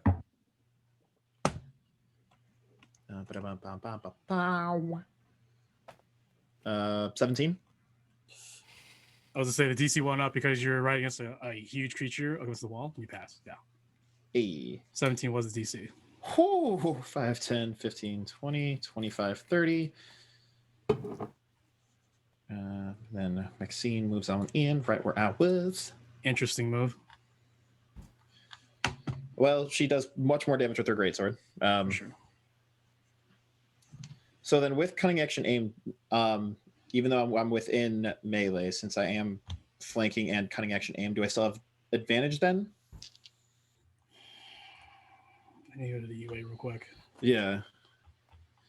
Just out of curiosity, did you take crossbow? No, not yet. No, not yet. Okay, I wasn't sure. I didn't know if you did or not. I haven't been able to. Okay, yeah, because then that would negate the whole being close. Yeah, I have loyal ally, which is how I give you guys the AC boost when I do cunning action help. Boofs. That's fine. Boofs. I was gonna say near me. Boost, and then I went to buffs halfway through the word. Who likes boofing? I like boofing. Oh. Oh my. Oh. Any? Oh, here it is. My. Yeah. Where? What's the UA it was under again? I don't remember. I think it was 3. It had the Feywander. Nope, I am wrong. It's under feats. Which UA was it? God damn it, guys. I don't remember anymore. I know I can't remember where it is. I have all the UAs. It's just can't remember which one it was under. Right. Cunning action aim. Yes. It's a UA. That's why it wasn't part of his normal. Why is it not under here? This one. Cunning action. You gain an additional way to use your cunning action, carefully aiming against your next attack. As a bonus action, you give yourself advantage on your next attack roll on the current turn. You can use this bonus action only if you haven't moved during this turn, and after you use the bonus action, your speed is 0 until the end of the current turn. Okay, cool. All right. Okay. So you moved. But I used the bonus action on the last turn, and that was the current turn for that one. We are now in a new turn. Oh, you're doing a new one. No, because we're in a new, because I used that bonus action on the last turn. Correct. Right. So my speed was 0 until the end of the current turn. We are now in a new turn. Right, but you. Right. Your next attack roll on the current turn. Or on the next turn, the whole thing ends at the start of the next round. Correct. You were supposed to make that attack roll on your turn. Oh, so I cunning action aim and then shoot on the same turn. Oh, correct. So the way I originally thought we discussed it was aim and then shoot on the next one. Okay, no, so that was my misconception. Yeah, I am now on board on what is happening. Correct. So cool. Okay. Same as I. We now understand how cunning action aim works. Da-da-da-da-da-da-da-da. I'm going to stab him. Sweet. Correction at its finest. 23 to hit. You do have advantage though, since I know I did. Okay. That is a D8, not a D4. As much as I would like that, that is not how this game works.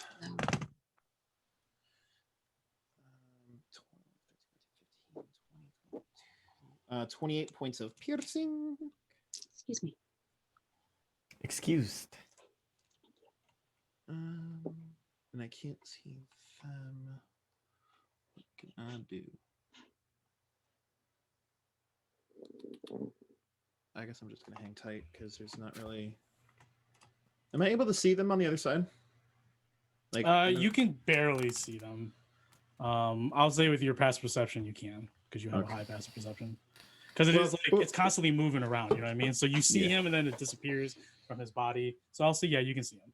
Okay, so then I will cunning action help Maxine as I'm going in for like that stab. Like look at her and nod as we're just gonna. Right, like hit here, hit right here and stuff. Just the good old wombo combo as we're flanking, trying to get as much in, just trying to recreate exactly what we did with the last bone naga. Yeah, for sure. Speaking of which, going into hit for the first attack, 15 plus 7, 22. Yes. Cool. Sure. And then strength saving throw for me as we try and make this boy prone again. 21.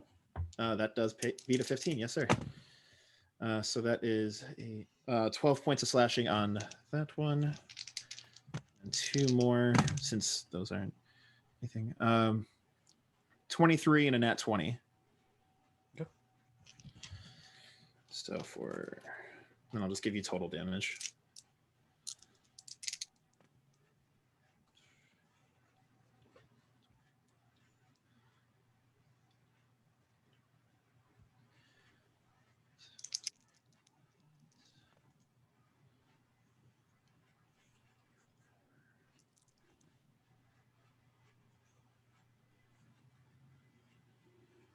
Uh, 55 points of slashing. It is definitely beaten now. It is looking very rough. Yeah, a crit with a 2d6 plus 4. She cracked. Oh wait, yeah, 55 you said? Yeah, 55. 55 slashing. Okay. Yeah. It's not a magical sword, so never mind. It's not beaten yet. It's almost. Yeah. I know I need to get her a magical great sword. All right, anything else? Magical. That was her stuffs because she's already done her bonus action stuffs. She already did that thing. She's done that. I've done that and that. Yep. Gucci. Cool. At the end of the turn, it's going to do a legendary action to bite you. Figured.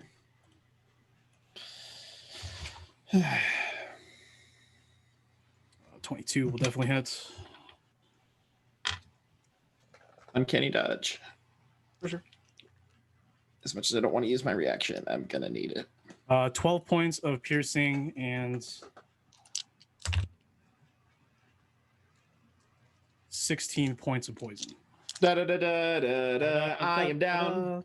Okay. Was that already halved or? No, those are total. Even with halved. I only had 10 HP left. Oh, okay. So even with halved, I'm still down. Okay. As the ancient bone naga whirls around real quick with godlike speed and bites down, sending a huge canine through your shoulder into your chest cavity and wrenching it out, and you drop to your knees and fall, clinging to life. Zypher, go ahead, and then May, you're on deck. Hit. I do the cool wall run. At least you didn't trip. I just imagine a snake going at supernatural speed, just fucking biting you right once you land from the wall. Pretty much. It's just like, oh, fuck that. That's actually pretty cool, to be quite honest. So is Kemdir still on the carpet, and you just moved the icon, or what? Yeah. Just because it was getting in the way. That's understandable. I just wanted to make sure before I. Nah, it's flying away. Yeah. It's just like, I'm out of here, dude. I don't know. It's probably a bad idea. But... Kobe's over to the flying carpet. All right. Can I get teleportation to the flying carpet? It's a 27 to hit. For sure. And that max damage. I was to say, what's your 12, damage? Yeah. 12 and leech of the night, 1d6 necrotic damage to heal myself. Nice. I get half, but 6. I get 3. Perfect. So 6 necrotic as well, and I heal 3 back. And also jarring echo. So can't take attack opportunities. I get to. Yeah. Mm-hmm. Awesome. Second take, same weapon. 25 to hit. 16 plus 9. Damage is 11 points of piercing. There you go. Necrotic again, because it doesn't have only 1. Okay. So I only get 1 as well. Awesome. Yeah. The Bone Naga from Deadbolt's kits, and it leeches actual life force. The Ancient Bone lets out a howling screech as it doesn't understand how this is affecting it. Like, what is going on? And then bonus action, last short sword. That is a 19 to hit. 19 hits. Yeah. And that is only 6 points of damage. For sure. Yeah, it's getting there. You guys are doing really good. That's actually probably one of my best. That's probably your best turn thus far. Like a super good turn. Super good turn. All right. Anything else from you, Zypher? Nope. Okay, go ahead, Nemea. All right, so I am not within melee distance of it. So no. Yeah, for now. 5, 10, 15, 20. Neither was I. I'm just going to move Nathalie halfway, and then I'm going to move up to her. Nathalie's going to prepare a melee attack, just in case. And then Nemea is going to cast Eldritch Blast. Yeah. First one's going to be 19. Second one, 22. Go ahead. First one is 14 damage for the first one, and then 7 for the second. These are force damage, yeah, okay, for sure. Yes, yes. Cool. And then if you want me to do Medeus, then I can do him as well. just do Medeus. Just do Medeus. All right, then Modius. For his last level 4, I'm going to cast Magic Missile. Okay. So, 1 second. Big decision. Yeah, I'm gonna counterspell that. I'm gonna use another third level slot. To counterspell Eldritch Blast? No, to Magic Missile. Because that was going to be 35 damage. Yeah, I'm gonna definitely counterspell that. Can you counterspell that even though it was upcast to 4th? Then I'll upcast it to 4th level counterspell. I just gotta roll. I have to roll if it's higher than 3rd level. Oh, okay. I couldn't remember how it works. If the spellcaster is reacting to it, he can upcast counterspell to that level to nullify without rolling. Yeah. Okay, all right, gotcha. Cool. All right, that's another slot. All right, damn. All right, yeah, I have to. Okay. And then for Medeus, that's going to be it, sir. Medeus. So, I like how you're still Medeus? clean. Medeus. I like I don't know why. I was like, yeah, I like how you're still clinging to Asmodeus. Okay. It's just what it is. It is what it is. No, I feel you. She's gonna go back to him. We all know it. I'm going to kill him. That's gonna be a conversation. Yeah, that's gonna be quite the conversation. All right, so that's it for Nemea and Nathalie. Take his soul, and I'm going to create a weapon.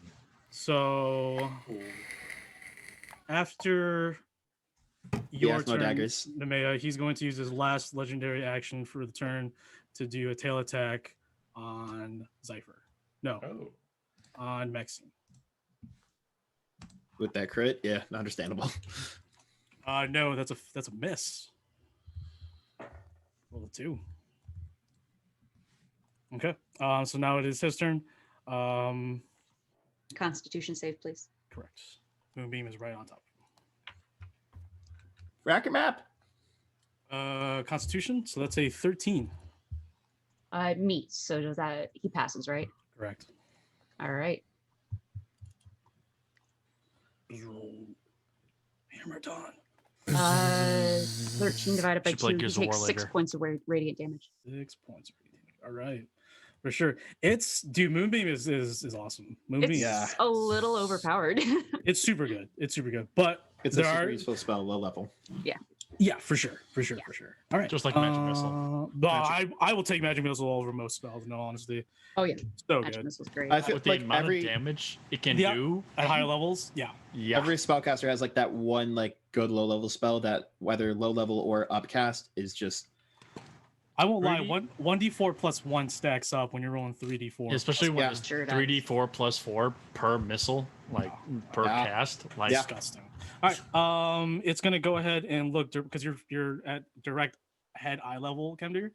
It's going to open its maw and and cast lightning bolt through you and your carpets. Oh God! You will be suffering disadvantage at your deck save as you're on a flying carpet. So go ahead and take your deck save, and your carpet's gonna get singed. Which means Did you it's gonna say burn a hole.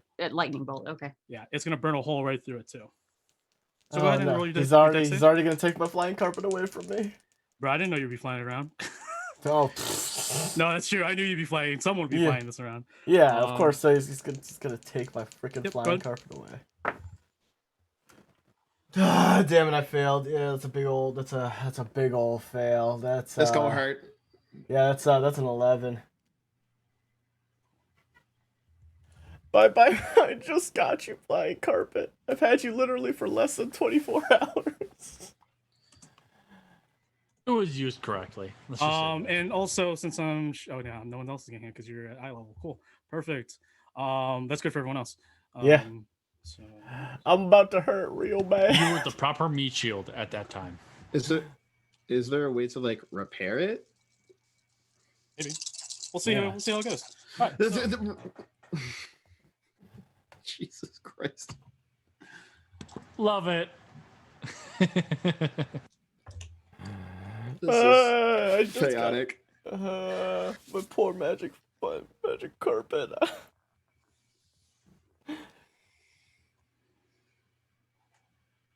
that is 42 points of lightning damage, and your carpet has a massive hole in it, which means you are falling as it begins to become inert and begins to fall with you. You are 20 feet up, so that's 26 per 10 feet. Plus, you have a spell to stop the or anything. Does the sand like? I don't have. I have something that can stop it, but it's not a reaction though. Right. So that is 7 points of bludgeoning plus the 42 points of lightning as you fall to the ground with a massive hole in your flying carpet. I did not. God damn you, gods! Why would you take my carpet away from me? Yeah, it's sort of like it's like right next to you, Kevdir. It's just like does a little flip on its corner and then just like you were the most important thing to me. Like, it's the like Aladdin carpet where it has the tassels and it's like. I'm just gonna as I fall, I'm just gonna reach my hand out and just be like, you're the most important thing to me, flying carpet. We just met. But I will say right now. I wake up from unconsciousness, flip off Kemdir, and pass the fuck out again. I wake. Fuck you. Yeah. He said fuck you. Yeah, but no, yeah, I you did. could probably. I'll tell you right now. I mean, anyone who's a spellcaster would be like, oh, we could use probably mending or something to. Yeah, I can prepare that tomorrow. I can fix the hole, but I can't fix the magic. Clerics for the win. So, Kemdir, you all see Kemdir just get blasted by a lightning bolt, and he falls with a very now not a flying carpet. All right, that's the end of its turn. It has no legendary actions left, so it's going down to Kemdir.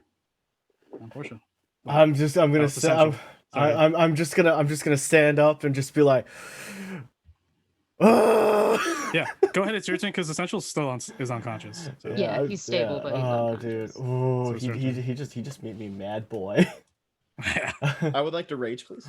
Yeah, I would like to have like this one turn rage, please.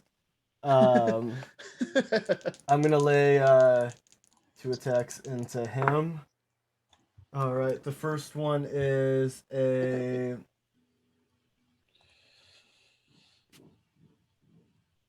15 plus 7 is 22. Hits. And then the second one is a 19 plus 7, which is a 26. And then He didn't even get to take me on an Aladdin style trip. at this point, he Huh? wouldn't. 14 radiant plus 1 fire, which isn't probably going to do anything. It just takes 1 regardless. Oh, 1. It can't go down. Yeah, 1's the minimum. Yeah. And then, I thought that was an 8 and an 8 for a second, but that was a 3. 15 radiant, and then 15 radiant, and then 4 fire. Okay. And then is he sentient? Yeah. Okay, sure. because the other ones weren't, so I have to ask. This one is. Okay, cool. And the reason why, and the reason why for the other ones is because it's under its control, so it was controlling it through its own mind. Okay. So the creature itself wasn't sentient. Okay, so then this one is 12 plus 7, so 19. Mm-hmm. So that is a D6 plus a D8. D6 plus D8, and then plus another D6. So that is going to be... that's unfortunate. So... 9... that would be... 2 psychic, and then... 7 piercing. Okay. 7 piercing. And then I'm going to throw an impale on that. So that's plus 10. Mm-hmm. So that would be 16 points of damage and then 3 fire. Awesome. So close. It's almost there. But now it's stuck there. So, for sure. So I will spend the 2 hero points to do that. And then awesome. that is my turn. Because now I actually finally have a good piercing weapon. All right, go ahead, Portia. Okay. I am up to 30 feet. Okay. Sweet. How far is this? 35. Okay, so I'm going to take a couple of steps and then Blessing of the Raiding Queen. Yeah, I love Blessing of the Raid. It's really good. Yeah. Really good Blessing. We're gonna come over here. Yeah, and she takes no damage, no attack opportunities, and you're immune to all damage too. When you do it, it's amazing. Resistance, resistance. Still super good. Yeah. Resistance is still Actually, you know what? Maybe I should move here then to make that resistance work. Oh, sure. So that is a reaction. That's my movement. Peak is considered at 0 HP, even though she's not stable, right? I am actually unconscious right now. I'm doing death saves on my next turn. Yeah, she is dying. Okay, so it's not the same as having 0 HP. Correct. Okay. Bonus action, spare the dying to stabilize. Perfect. Awesome. Action, cure wounds. And right now, since that she has 0 HP, that's going to get maxed. Because Grave Cleric. Yeah. Nice. I'm going to upcast that at... Is Spare the Dying cantrip? Mm-hmm. Yeah. Okay. I just want to double check. Yeah. It's a very nice cantrip. Yeah. I'm going to, you know what? Screw it. I'll do it at 4th level. That's my last 4th level spot. Okay. You're a queen. I love you both. So 4 the sand times 8.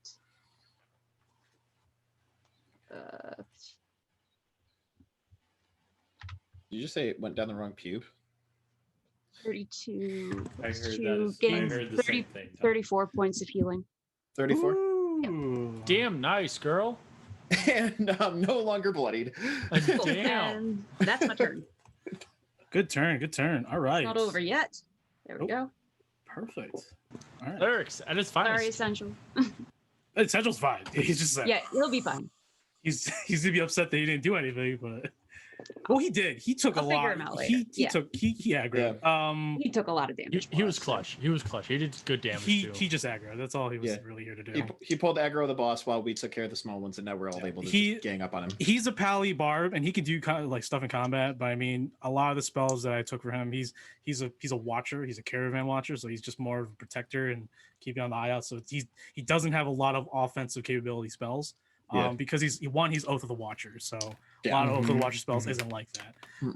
But that's why I took Barbarian, so I could do some shit. All right, top of the order, Peak and Nathalie or Maxine. Is it half movement or full movement to stand? It's half, unless you have athlete. Leap up, so something. Half movement to stand.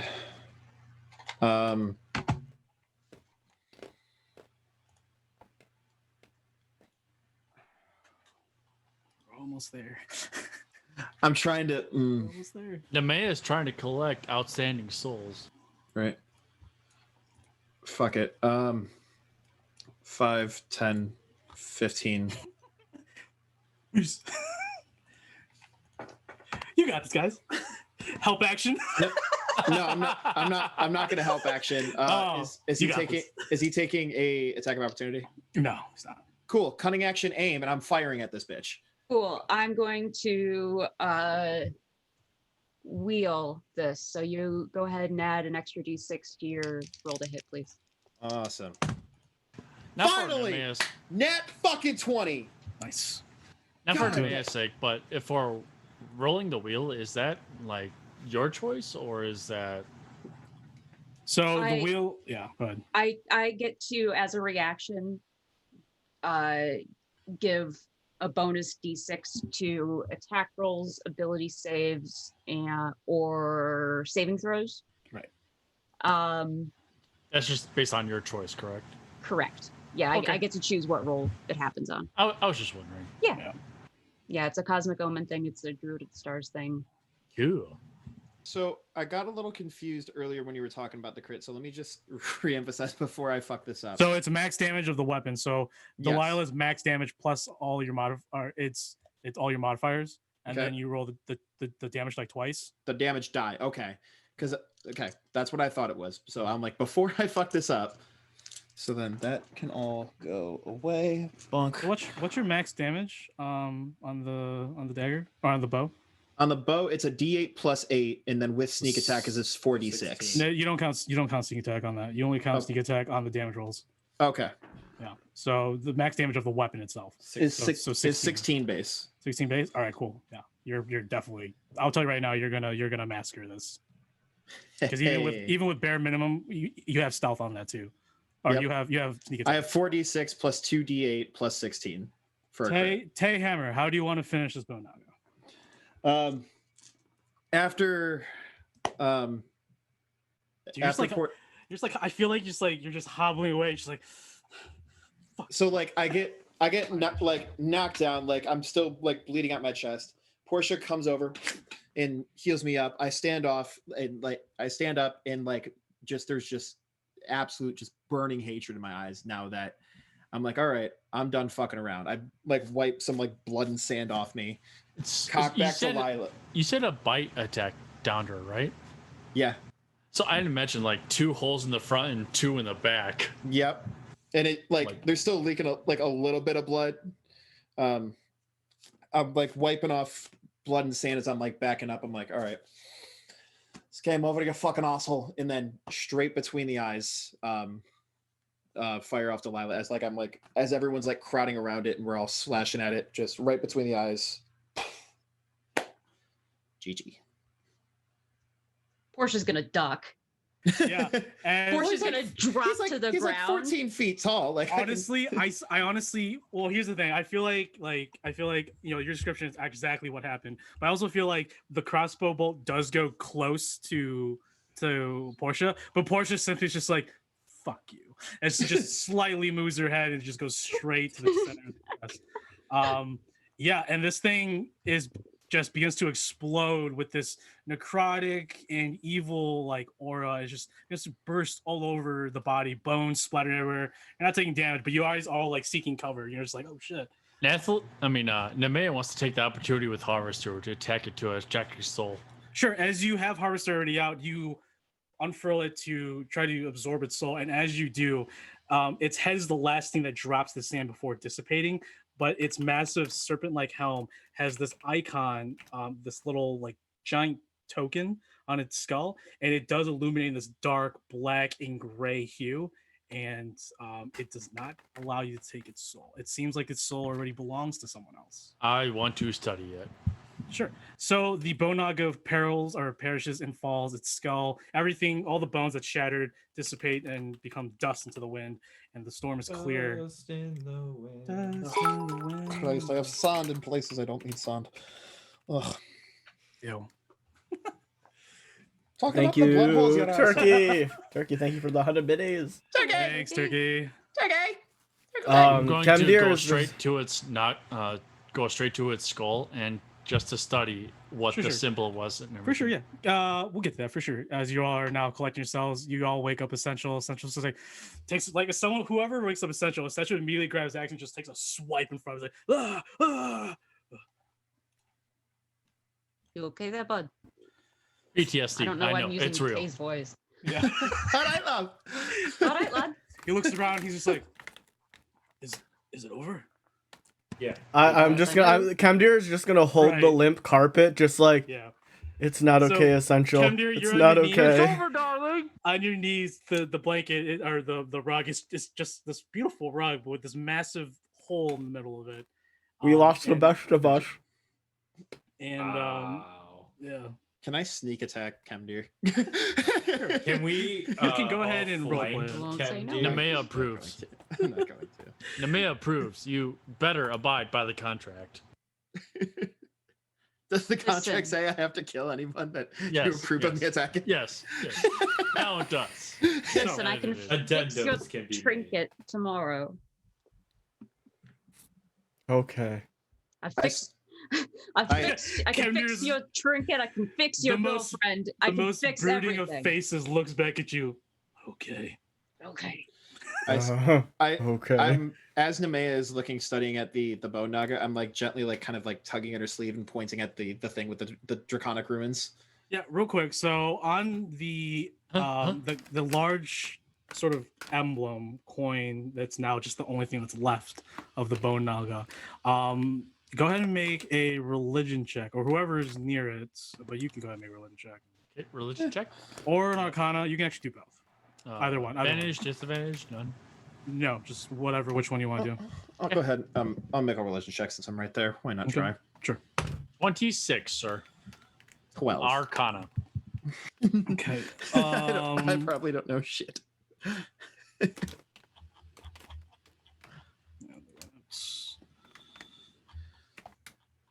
Yes. The skull is made of skull. I pat your back. Good job. Good job, Ron. It is a. What'd you roll, Peak? 12 on religion. So you don't know, but you don't know this, Peak. It's definitely some sort of. At least you're using religion. Yeah, you're just like it must be some sort of religion. Nemea, you know that this is the symbol of I use the old. The symbol is a smiling skull with blood skulls around it, all smiling. Yes, this is, and you know that IU's once ruled this area for a while. He was pivotal in the second Blood War, where he almost seized large portions of the Materium, but was so part of the Blood War. Okay. Well, there was multiple Blood Wars in my world. There was one in the beginning, a second one, and a third one. And the third ones are weird, are cool because it's out on the outer planes, out in the outer lands. Okay. Well, I mean, then again, most of the Blood War was out there because that's where the abyss is. But okay. Yes. Anyways, this is this is I use. So you pick it up. It's very hefty, very large. So, if I kept this skull, would I be able to? It's not a skull. It's just a coin. All it's like the skull dissipated into dust. Like there's nothing left besides this large emblem that was left behind that was on the sort of headdress of the Naga. Okay, so if I kept the coin and if I kept on trying to going to go past the defenses so I could collect a soul to create something? Would that be possible? Or if I kept it and then, or if I was able to sacrifice it to create it as a sacrifice to seal build. You would know that the soul is not attached to this. It's whatever entity, probably I use, or someone as strong as I use, maybe a lesser being that served I use, still holds on to, or it's something bound to I use. You know that it's bound. Sort of something like, it's sort of just like when you were at the temple, a lot of the souls were bound to that area. So the coin isn't gonna help you. Your best bet as a mage and a student of knowledge. You would know that you would have to find, I don't know, a temple or something that is significant to the cult of Ayus or whatever, to even fathom to take the soul. Because like I said, right now, the soul is bound, so it's incredibly difficult in itself to do that. Okay. So I would have to find a temple of Ayus, you said? Something like that, yeah. You might have to do some research too, but yeah, that's your closest bet as a mage. But on the other side, of the coin, it's a large coin.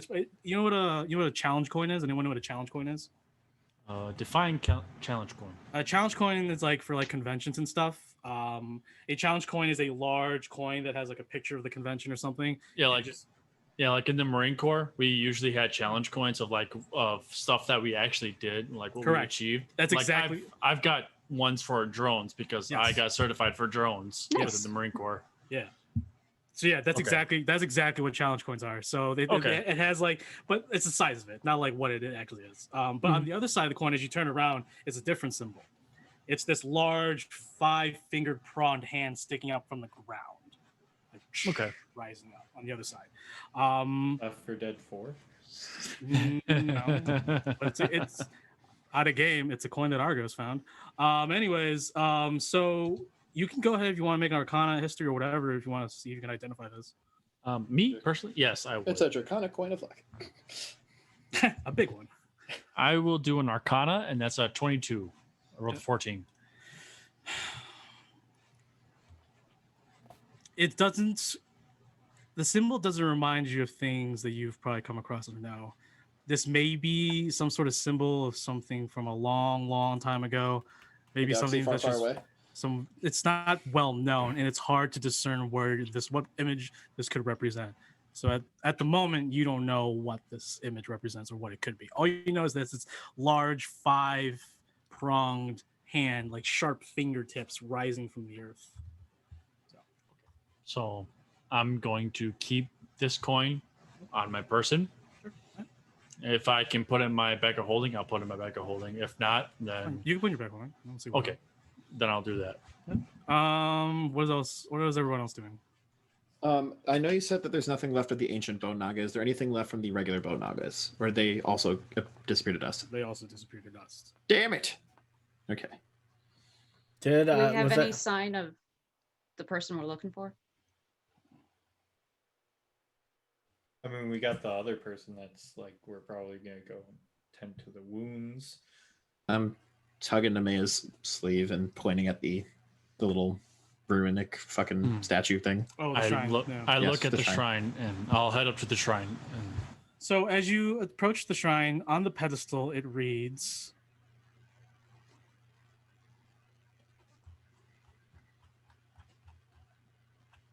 It reads nodding. It's just like yes. Yes, it reads yes. By the way, so whatever you think of, it's yes. It reads in Draconic, bound by Archmage Chandri, may they never return to the Materium. A servant of Ayus and the demons from the Outlands. And then it goes into bounding ritual. So like as you read it, it is a binding ritual of sorts in Draconic, a very powerful binding ritual. I'm going to study it. Okay, go ahead and make a intelligence check for me. Am I able to assist her with the dwarvish runes in order to help her out with that? So Nemea, the dwarvish runes are simple. They're not binding, they sort of strengthen. well, sorry, the dwarven runes. I'm sorry, the dwarven runes are the ones that binding. The draconic is the one that strengthens it very like extremely more so. So for the dwarven, you can read it's like ritual magic for the Undermountain, for Morden, blah blah blah. But for Nemea, she was draconic. It is layered in a lot of binding ritual magic wording. Like this is something that the Auroch or the Gold Draconians must have done. Actually, you actually know that. Oh, actually, make a history check real quick. A history check. Okay. Separate. Yes. History check. 19. You know that Archmage Chandri is one of the golden. Archmage Chandri is the very first Archmage of Tiamat. So that's probably why this binding ritual was very strong. It is a magical binding spell that you have never heard of. It is beyond your comprehension right now. But obviously, what was your intelligence check? My intelligence check was a 19. You copy down as much as you can. There's a lot of stuff that doesn't sit, but you copy it regardless. So for later research. I just want to copy down as much as symbols as I could so I could start studying. Yeah. You would know that Chandri, like I said, is the first Archmage of Tiamat, considered the most powerful. She almost betrayed Tiamat, and you and other like researchers and scholars would have predicted like she had a good chance of defeating Tiamat and like becoming the new Dark Queen. She was that powerful. She was the one that created the Golden Band. And she was the one that sealed this one. It's signed by her. It's her magic. Okay. Inside though, you do see below that there are lit torches of blue light about 40 feet down in the hole that the Naga came out of. I will start heading down. There is no. It's a 40-foot straight drop. There's yeah. As you look over the ledge, you're just like you're gonna have to like I will tie one of my ropes to the pedestal. Where then rope climbing. Yeah. I forgot. Yeah. So your way down. Can I have a bunch of rope? Can I use the grappling hook and help her out? Like, so as she pulls up the rope of climbing, I get the grappling hook and get it set up as she starts to climb down. Yeah. Are you going down with her as well, or are you just gonna wait up top? Once I get everything set up, I'll go down, but I want to make sure it's secure as she goes down before I head down. Sure. What is everyone else doing before we move on? I am not confident in Portia's ability to get down there. So are you up there too? I think at this point I probably would be. I'm sorry I didn't move. Out in the darkness, you look up at the sky, look at the constellations. The Dark Titan has moved on from the nearby space, which is a good omen. Oh, yay. But as you look down, you can actually see something down there, something glowing. Okay, I guess I have to go down now. I'm going to go down. I'm just saying what you see. Just what you see, girl. Anyone else going to join going down? Maxine will. If Portia's going down there, then Kemdir will follow. So everyone's just going down? Yep. I'm not. You're not? You're going to stay up here? I'm going to stay with Essential and the other person and, Yeah, Essential right now is using a healing kit to help both of them. Splinter, Meru has a broken leg, but he's in Splinter for now. He's going to cast Cure Wounds. It's going to take some time to still go. I can also do some Cure Wounds as well. He's like, he looks at you, he's like, don't even. You have done a great deal of help. I can take care of this from here, Cypher. You rest. Do you need healing? I can heal you. As like he puts his hand on the side of your head. Like all the wounds just slowly stitched together with the white ichor. I'm good. Okay.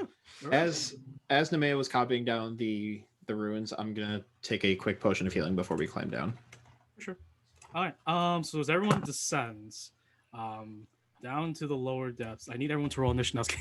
Oh God. Okay. Good enough. No. Fair play. As you descend down into the lower depths, I'm in the wrong fucking. Here we go. Down within is about 40 feet down is this large stone circular chamber, which must have been contained. As you look down, there are a lot of scrapings, a lot of weathered stone and obsidian. It must have just been in here stuck for God knows how long. There are smashed up portions of the chamber, but there are these two lightly blue lit braziers, and if one of you goes near it, it doesn't give off any heat. It just gives off a nice glowing light. Very nice. But as you look around, there is a small little chamber, a door, and it is in Dwarven. It just reads door, and as you push it, there is a huge treasure hoard inside. I guess we'll go into the treasure hoard room. There's about 5,000 gold pieces in there. Oh God! Yep, here we go. I'll throw some loot at you. Just throw it all at me, and then I'll distribute it. I also need people to roll too. So, give me a second. So right now, 5,000 gold, Cal, is what the total is right now. I need everyone to make investigation checks as they're searching through it. Sure. Mm-hmm. Investigation, or can I do perception? You can do a perception, it's fine. Investigation, you said? Mm-hmm. That'll be a dirty 20. That's going to be an 18 plus 1. That's a 19. I did perception, so I got 23. Okay.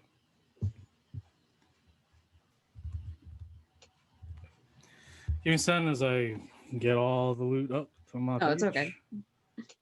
You do you, boo-boo. You're muted. Investigation dirty 20. Sorry, I thought I clicked the unmute button. You're good. Thank you.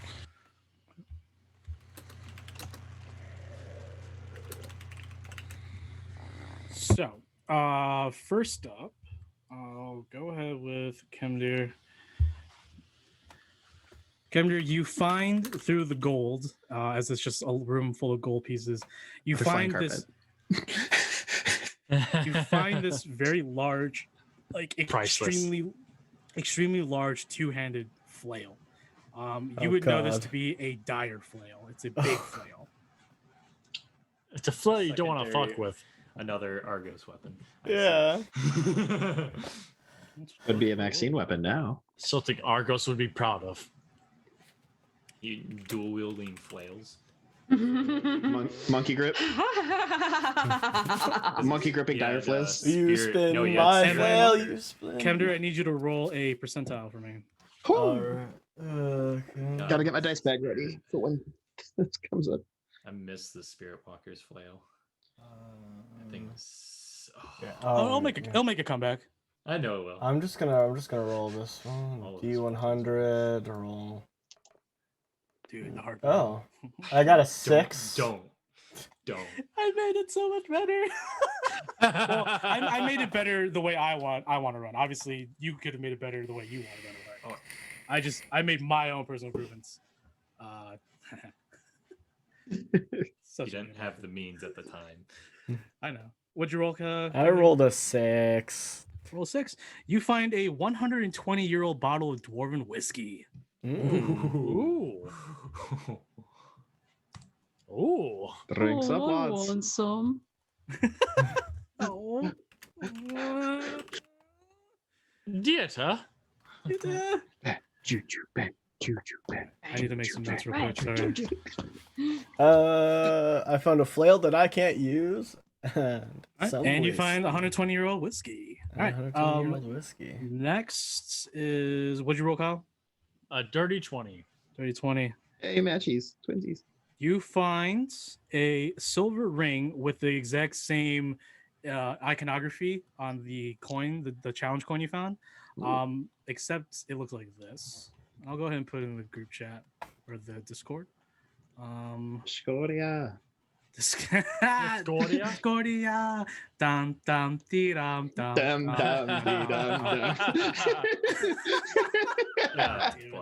You're welcome for that one. Leave, quit, please. Hey, whoa. Riri is the shit. So you find this. It is a silver skulled ring, and it definitely has the mark of Ayu's on it, along with another iconography, one that you would also know because it definitely is rich or it's steeped in tiefling history because tieflings have gone through a lot of shit just like the rest of the world. It is a signet ring of the Broken Kingdom, and it would belong to a counselor of the City of Skulls, which is where Ayu's held the center, his capital of his empire. The City of Skulls is out in the Sunless Wastes. And this ring would have been for one of his higher ups during the time when he was around. Yeah, it's a signet ring. I need your roll percentile for me. Signet ring. Okay.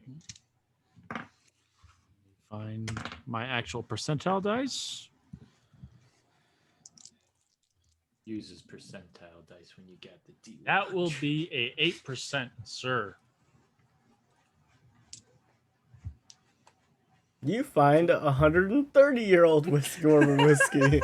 It's 100 plus whatever you rolled. It's that old amount of liquor bottle. It's just all whiskey. Oh God. It's I nothing mean, but who's whiskey. complaining? No one should No. complain. You rolled 8, you said? Yes, sir. 8%. You find a stuffed giant goat, 6 feet high at the shoulder. It looks really good. Like, it's very well tailored, well made. Like, this goat also looks like, yeah, it's a very well put together taxidermy. Why the fuck is this here? Guys, look, it's my new mount. But you can see the horns are made of like a metallic, like the horns are not. It's real, and you can see that there's like rubies in its eyes. The fur is immaculate. It's the best wool you've ever felt. Yeah. So if we can get it out of here. How you getting out of here? I think I'm. I feel like I'm going to actually take it apart and. Oh. Take the fur. Gross. Boo. Along with the eyes. Keep it all together. So you're decreasing its value. Okay. Decrease its value. Nemea rolled a crit fail on selling the. We have 2 strong women that can carry it up. Oh, even Turkey Also says essential. boo. Yeah, dude. You know what? Fine. We'll keep it intact and put it in the fucking wagon, okay? How are you gonna Yeah. get So you guys need to figure out how to get out of there. It's 40 feet up, man. I have 100 feet of rope. Me and Essential will throw down that rope. Okay. tie it All in, right, for pull sure. it up. For sure. Yeah, you got. We've got a way. Make to sure do you it. don't break it on the way up. Boo, don't break anyway. it. Climbing up the rope next to him, being like guiding it. Why am I guiding it? Why isn't Maxine You have a high high dex. Next. Yes, but it should be a strength All to right, support so it. Portia, you find I found a fucking good goat, okay? you find 2 potions. It looks like to be both of them are elixirs. And the shining little light immediately catches your attention, and you find this immaculate draconic etched circlet. Yeah, it looks like this. Blink. I love seeing the screen flash different colors between like your text document for like your notes, and then when you go to your images and it just immediately gets darker. You muted. Ooh. You know. Okay. Me gusta. And then roll a percentile for me. Yeah. It's another stuffed goat. It's another stuffed goat. This one's stuffed with alcohol. It's a cat collar for the moon cat. What's a 4 get me? Wow, we all rolled less than a 10. All right, you amongst this massive pile of gold, you sort of wipe the coins away. You find a 2-foot high statue of the Demogorgon, plated with electrum and with emeralds for eyes. I will take it. I'll put it in my backpack. I don't have a bag of holding. It's going in my backpack. It's definitely sticking out, yeah. For My head sure. is sticking out. Yeah. I can just see a little Demogorgon head just sitting there like, hey guys. It's 2 heads. It's 2 heads, dude. Yeah, Yeah. You hold a effigy to an archdemon. That's okay. Which archdemon? The Demogorgon. The Demogorgon. Eh. Yeah. Hey. Eh. You know, fucking monsters, boy. Good luck. Good luck. Right. And then yeah. All right. Peek. Dirty 20 for my investigation. You also find you find amongst the the gold, you find this very nice looking rod. It's a magical rod. It's like one of like those magical rods. I look at Nemea and I'm like, huh? Oh, you point at her? You point at her? I don't point it at her, more so like handing it out like I give her the pearl of power, what she asked for. What I didn't I'm so confused. She wants to trade? No, I just don't know what the rod does, and I am Right. not magic in any sense. So I'm like, sure. someone who can identify this, please. And then roll a percentile die for me. That D is a 56.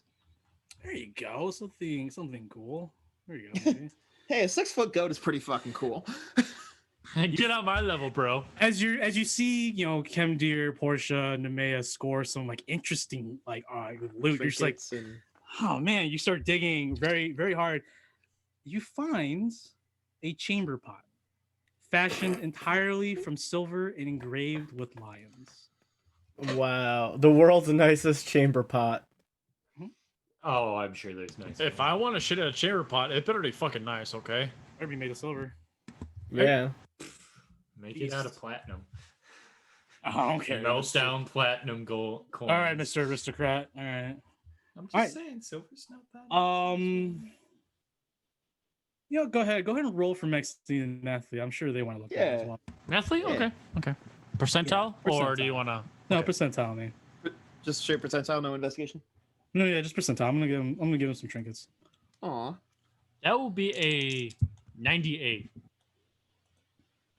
60 even. All right. So for Nathalie, she finds a very large. I don't even know what this is. It's a goat. What's it called?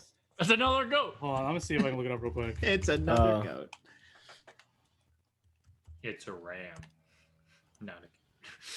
Oh, it's just hilarious. All right. What the? That's hilarious. That's cute. All right. Give me a second. Sorry. Hilarious. Of course.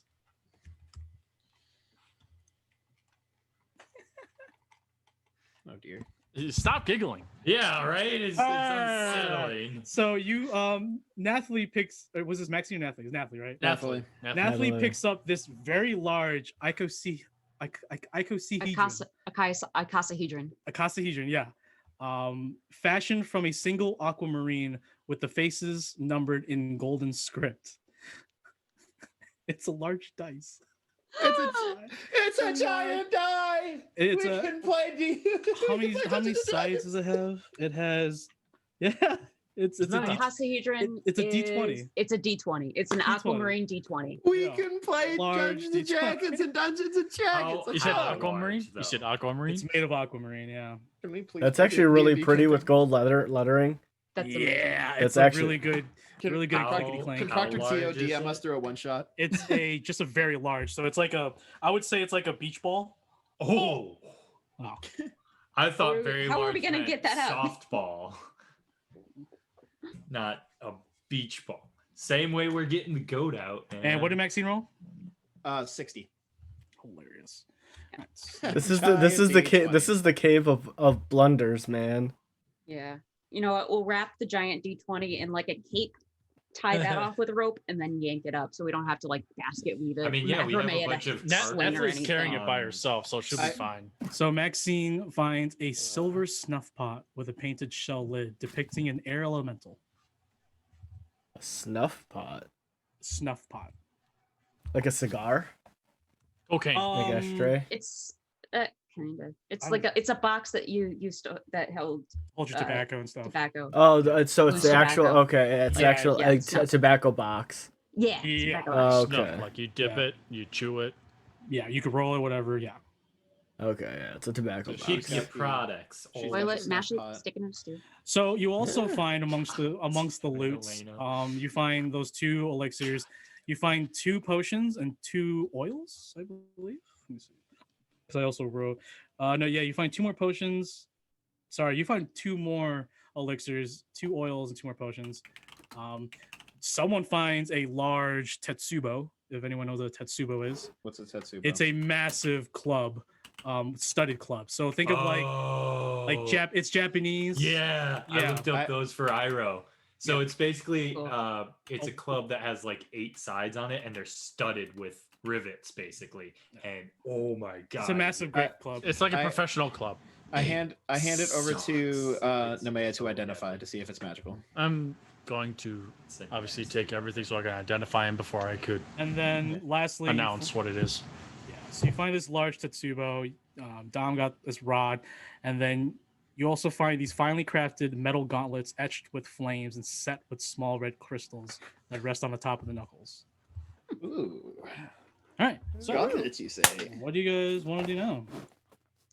Stuff. Over the earpiece, I message Zypher in order to try to set up this pulley system for the loot. Sure. Yeah. Of course. Yeah. Okay, I will grab Essential if he's willing. Yeah. Of course. Yeah. Of course. He's willing to always help. Okay. I'm gonna pull up my goat. I'll tie up my It's two the goat, ropes because as the I kids have say. two 50-foots. Yeah. So I have 100 feet of rope, Sure. and I'll throw that down. Yeah. Probably tie it off to something just so we, Yeah, you can tie it to the statues and stuff. Yeah, we'll tie it to something just to make sure, and then. Hell yeah. How heavy are these? Which one's the? We can also maybe get the horses up here. Wait, what do you? How heavy is the goat and the dice? I suppose. The dice. I mean, you can hold it. You can carry. Someone can carry it. The goat's probably around like 100 pounds. It's big. Oh. So with a +1 to strength. Look, I'm not gonna say you're gonna drop it. It's fine. You guys are just gonna take the time to pull it out. We have a crew. We have a system. Yeah. Right, and we've got more people in the house across the way. Yeah. If you need us to roll something, we'll roll it. I'm not gonna ask you to roll that. It's okay. Cool. Yeah. So all right. Cool. Yeah. We'll just count. We'll just count the 100 biddies from Turkey as a peer pressure to give us this roll for free. Let's just call it that. There you go. Call it that. There we go. Sure.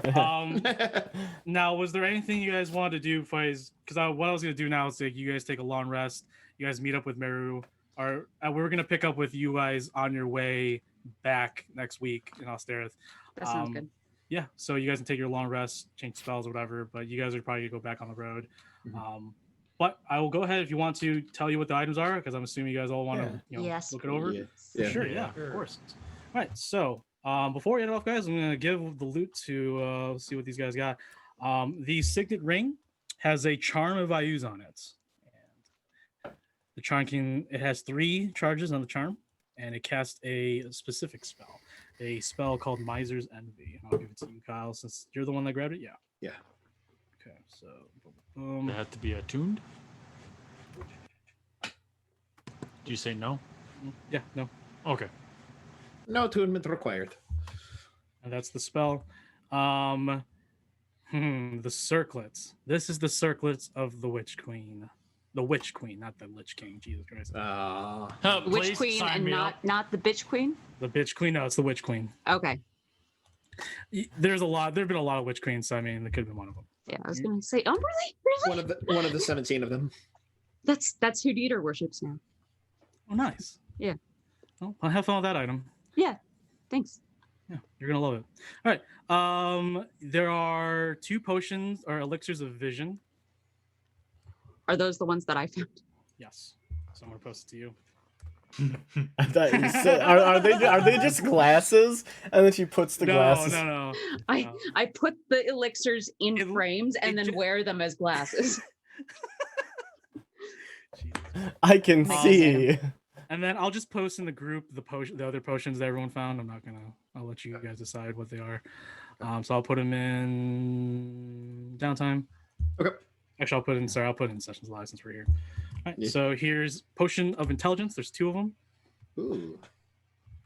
And then there are 2 oils of cloaking. And then there are 2 elixirs of phasing.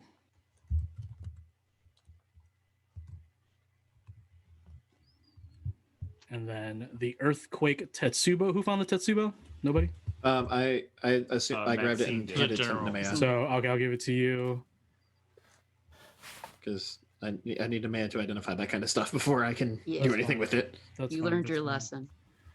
I'm just gonna take the book, even though it's cursed. I didn't know it was cursed. Okay. And then you also have the rod, right? Yes. Okay, so you also have the rod. Here you go. And then I'll put the gloves in the live chat. Okay. So I have an idea.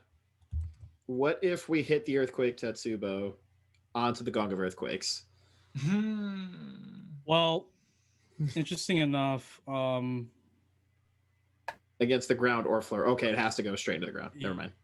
in the ground. Yeah. If I lay it on the ground. Yeah, we'll probably let it happen. Because that's crazy. Because that would be just. And then there's 5,000 gold. Split amongst yourselves or whatever. I'll do that math right now. Cool. And then yeah, so yeah. What about the dire flail? I already sent you the dire flail stats on Discord. Ooh, okay. I'd like to add the 2 elixirs of vision to the party pool because. Right. I got you. Yeah. You mother can. Because I can't see. I just one level. That's all I want. That's 1,000 gold per person, excluding Nathalie and Maxine. Cool. Is the statue of the Demogorgon anything fancy, or is it just a statue of the Demogorgon? Just a statue. Maybe you can find something to sell it to. I'm gonna give half of this loot to Maxine, since she carried a lot of the fight with me. Is that Tetsubo a strength weapon? Let me double check as soon as I get the gold in here. I think it is. It's a mall. It's a great club. So it is strength based. Yeah. Well, if either that or a flail would be super fucking awesome. Yeah. You shouldn't have pissed me off. I just want Maxine to have a magical weapon. I don't know. So what she would also, want. who has the mending cantrip? By the way, I can take it. I'll prepare it. You can prepare it. Yeah. Because I think Essential has many too. I was gonna prepare it as part of the long rest. So if you wanted to help repair the flying carpet, you can. Yeah. Yes. So you can cast as you cast mending over the carpet, the stitches begin to reattach itself as if it was never cut or singed before. The singeing marks, the burn marks around it disappear as well, and the rug just stays there limp for a moment. And then, do you say its command word? Yes. Hovers. I sit there and I just walk up to it and then I just hug it. Essential looks back. Oh yeah, go ahead. I just sit there, Portia. You've done me a great service. You truly are a friend. I lean over and whispered into Maya. You never held me like that. I hold you like that. Come here, babe. I'll take care of you. I told you I can fix your trinkets. I can fix your girlfriend. I can fix a lot of things. I start having my fingers go through her hair and start scratching her head. And I look at Portia and just say, "What girlfriend?" Essential's laughing his ass. Portia turns on her heel and walks over to the cart. You guys are on the cart. You guys have been in the cart. Portia turns on her heel and walks to the other end of the cart. You walk to another cart. So I'm getting head scratches. I'm fine. So as you're all making your way, you actually meet up with the rest of the high roads. Expects the same. You actually meet up with the rest of the high roads that managed to escape the dangers that was in the Bloodwind Pass. I will tell you right now that there are how many survived? 3. Well, technically there was 3 soldiers and then the 2, the Dragonborn and then that elf lady. So out of total, there are 12 caravaneers left and 16 cool. caravan guards left. Nice. Okay, there's more. Yeah, there was like 80 and 23, but yeah. Well, no, when we saw the map yesterday, there were only 3 guards in the building, plus Yeah. The rest made their way out thanks to Zeldu, because Zeldu told them to not camp out here. It wasn't. Okay. Yeah. Okay. But regardless, a good portion of them still perished. Meru, the entire trip is very distraught, but and I mean probably in part with Dello, but also in part that she as a leader has failed her group, and she's definitely going to be looking at some sort of retribution, some sort of trial when she gets back with her people in the camp or in the shrine. Other than that, we will be part of the trial or not part of the trial. Well, I mean, I don't mean trial, but like she's gonna have to address it, like what happened. What and why she's gonna be responsible for it. So Dello was the spirit. In all honesty, I missed it. As the conversation goes, I'm just gonna tell you right now. As the conversation goes, as you're all talking with each other, it is believed with everyone who also is spellcaster and knows a little bit about magic and arcane, Ellipse as well, I mean, it definitely points that Delo was the Aelop, that she did something with the shrine, messed with it using her desert elvish magic, must have triggered something and turned her into this Aelop. Okay. And at first when you guys finished the job, she was like, "Why can't we rescue her?" But she's cooled down over the course of the trip. Yeah. Knowing that there was nothing you guys could have done to help. But yeah, she's probably gonna definitely. I mean, she's gonna be addressed. Yeah. Were they both desert elves? No, she's a Vassalborn. She's a Vassalborn. That's right. Okay. Yeah, she's a human Vassalborn. Yes. Okay. Yeah, with that, Black Lotus, you will pick up next week with you all arriving back in Austerith. It is going to be, I gotta look at the date now. A lot of time has passed. Mm-hmm. I don't even remember what time. Yeah, don't worry, so... I'm gonna keep track. It's cool. Mm-hmm. All right, is that where we're gonna end it, sir? Yeah, real quick. I just want to let everyone know before we leave. So right now, when we pick up next Sunday, y'all, Black Lotus will return to Austerith. It will be Avogan the 34th, and it will be around noon. So that's what we'll pick up next week. Yeah. Okay. Awesome. Very cool. Very cool. All right, guys. Guys, gals, anything in between and out of the spectrum. Thank you for the most important thing, and that is your time. We can finally raid into our lovely friends. Yes. Because I was so distraught because we couldn't do it last week. Yeah. So let's stick with us. Let's go say hi to them. Have a wonderful rest of your afternoon, as well as we will see you next Sunday. All right, guys. Bye, y'all. Hey, have a good week. Bye in 9 seconds. Bye. I'll miss you. I'll miss I already miss you. I miss you so much.